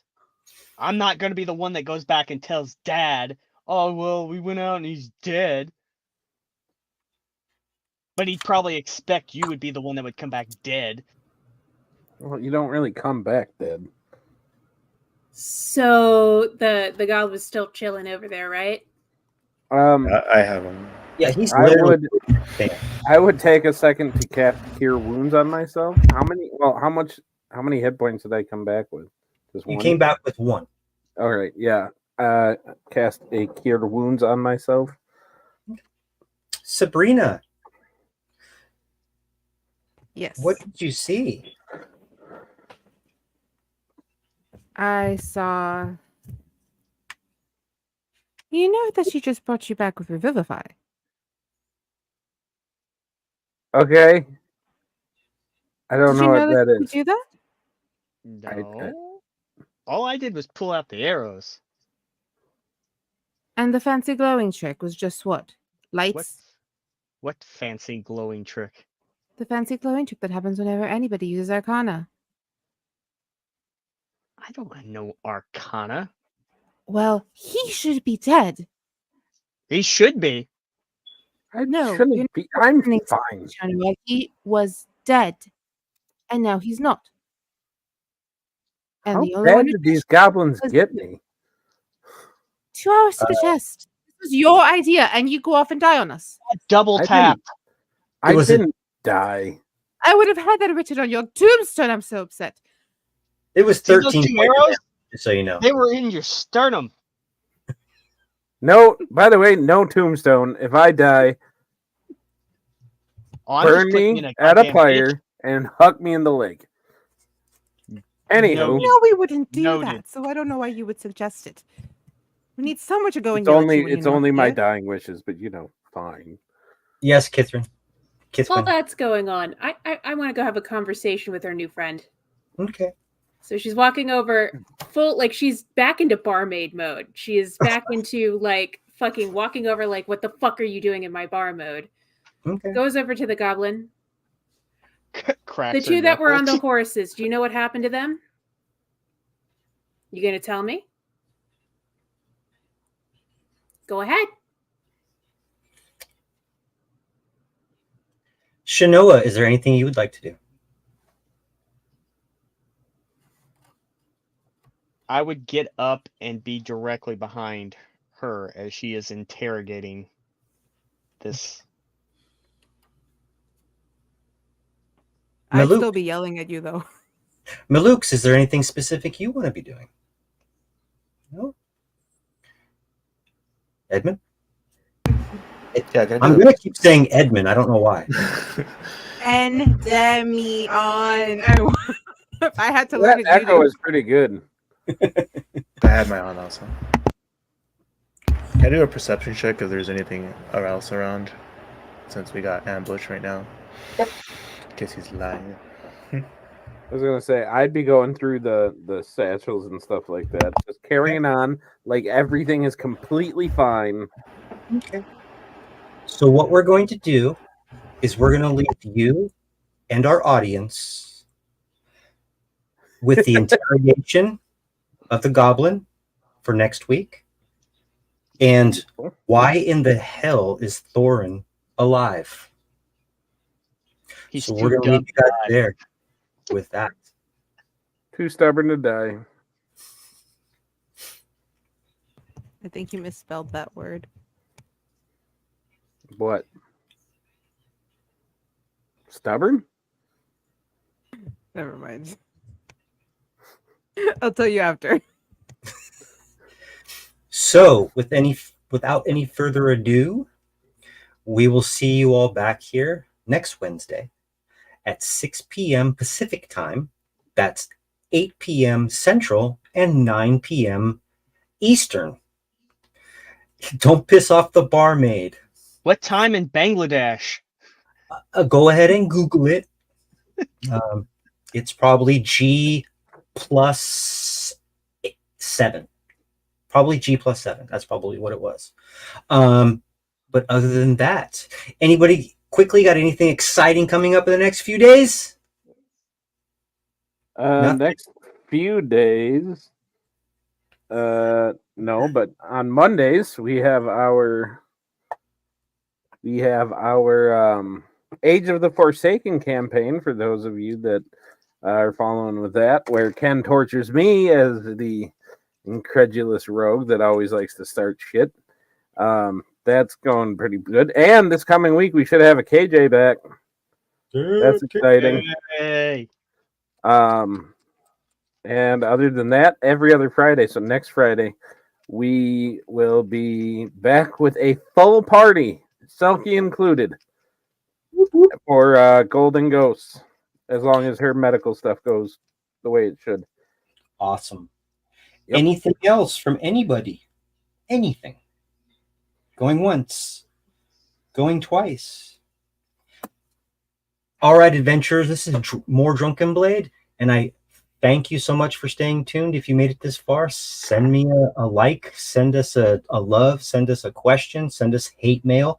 Tell all your friends that you absolutely hated watching this, because they'll have to come and see it and prove you wrong. Yes. Once again, we are sponsored by the loving Clockwork Nexus. That's where you're going to find all this information and all these videos posted every Wednesday at 9 p.m. Pacific. Right? Is that when they? 6. No, is that when they actually get published, or is it being published right No, now? it'll get. I mean, recordings will go up now. Oh, I keep forgetting it's live. Yeah, Sorry. we are live. Live. We're live. But you can It says come it check right there. out all of our lovely detail. Sponsored is a strong word, but we are you and I collectively- sponsor this. That is true. That is true. We do pay money for this. So, yeah. So, yep. There we go. All right, guys. I will catch you on the flip side. If anybody needs to contact me, you know where to get a hold of me at. Thanks a lot. All right. Bye. Here.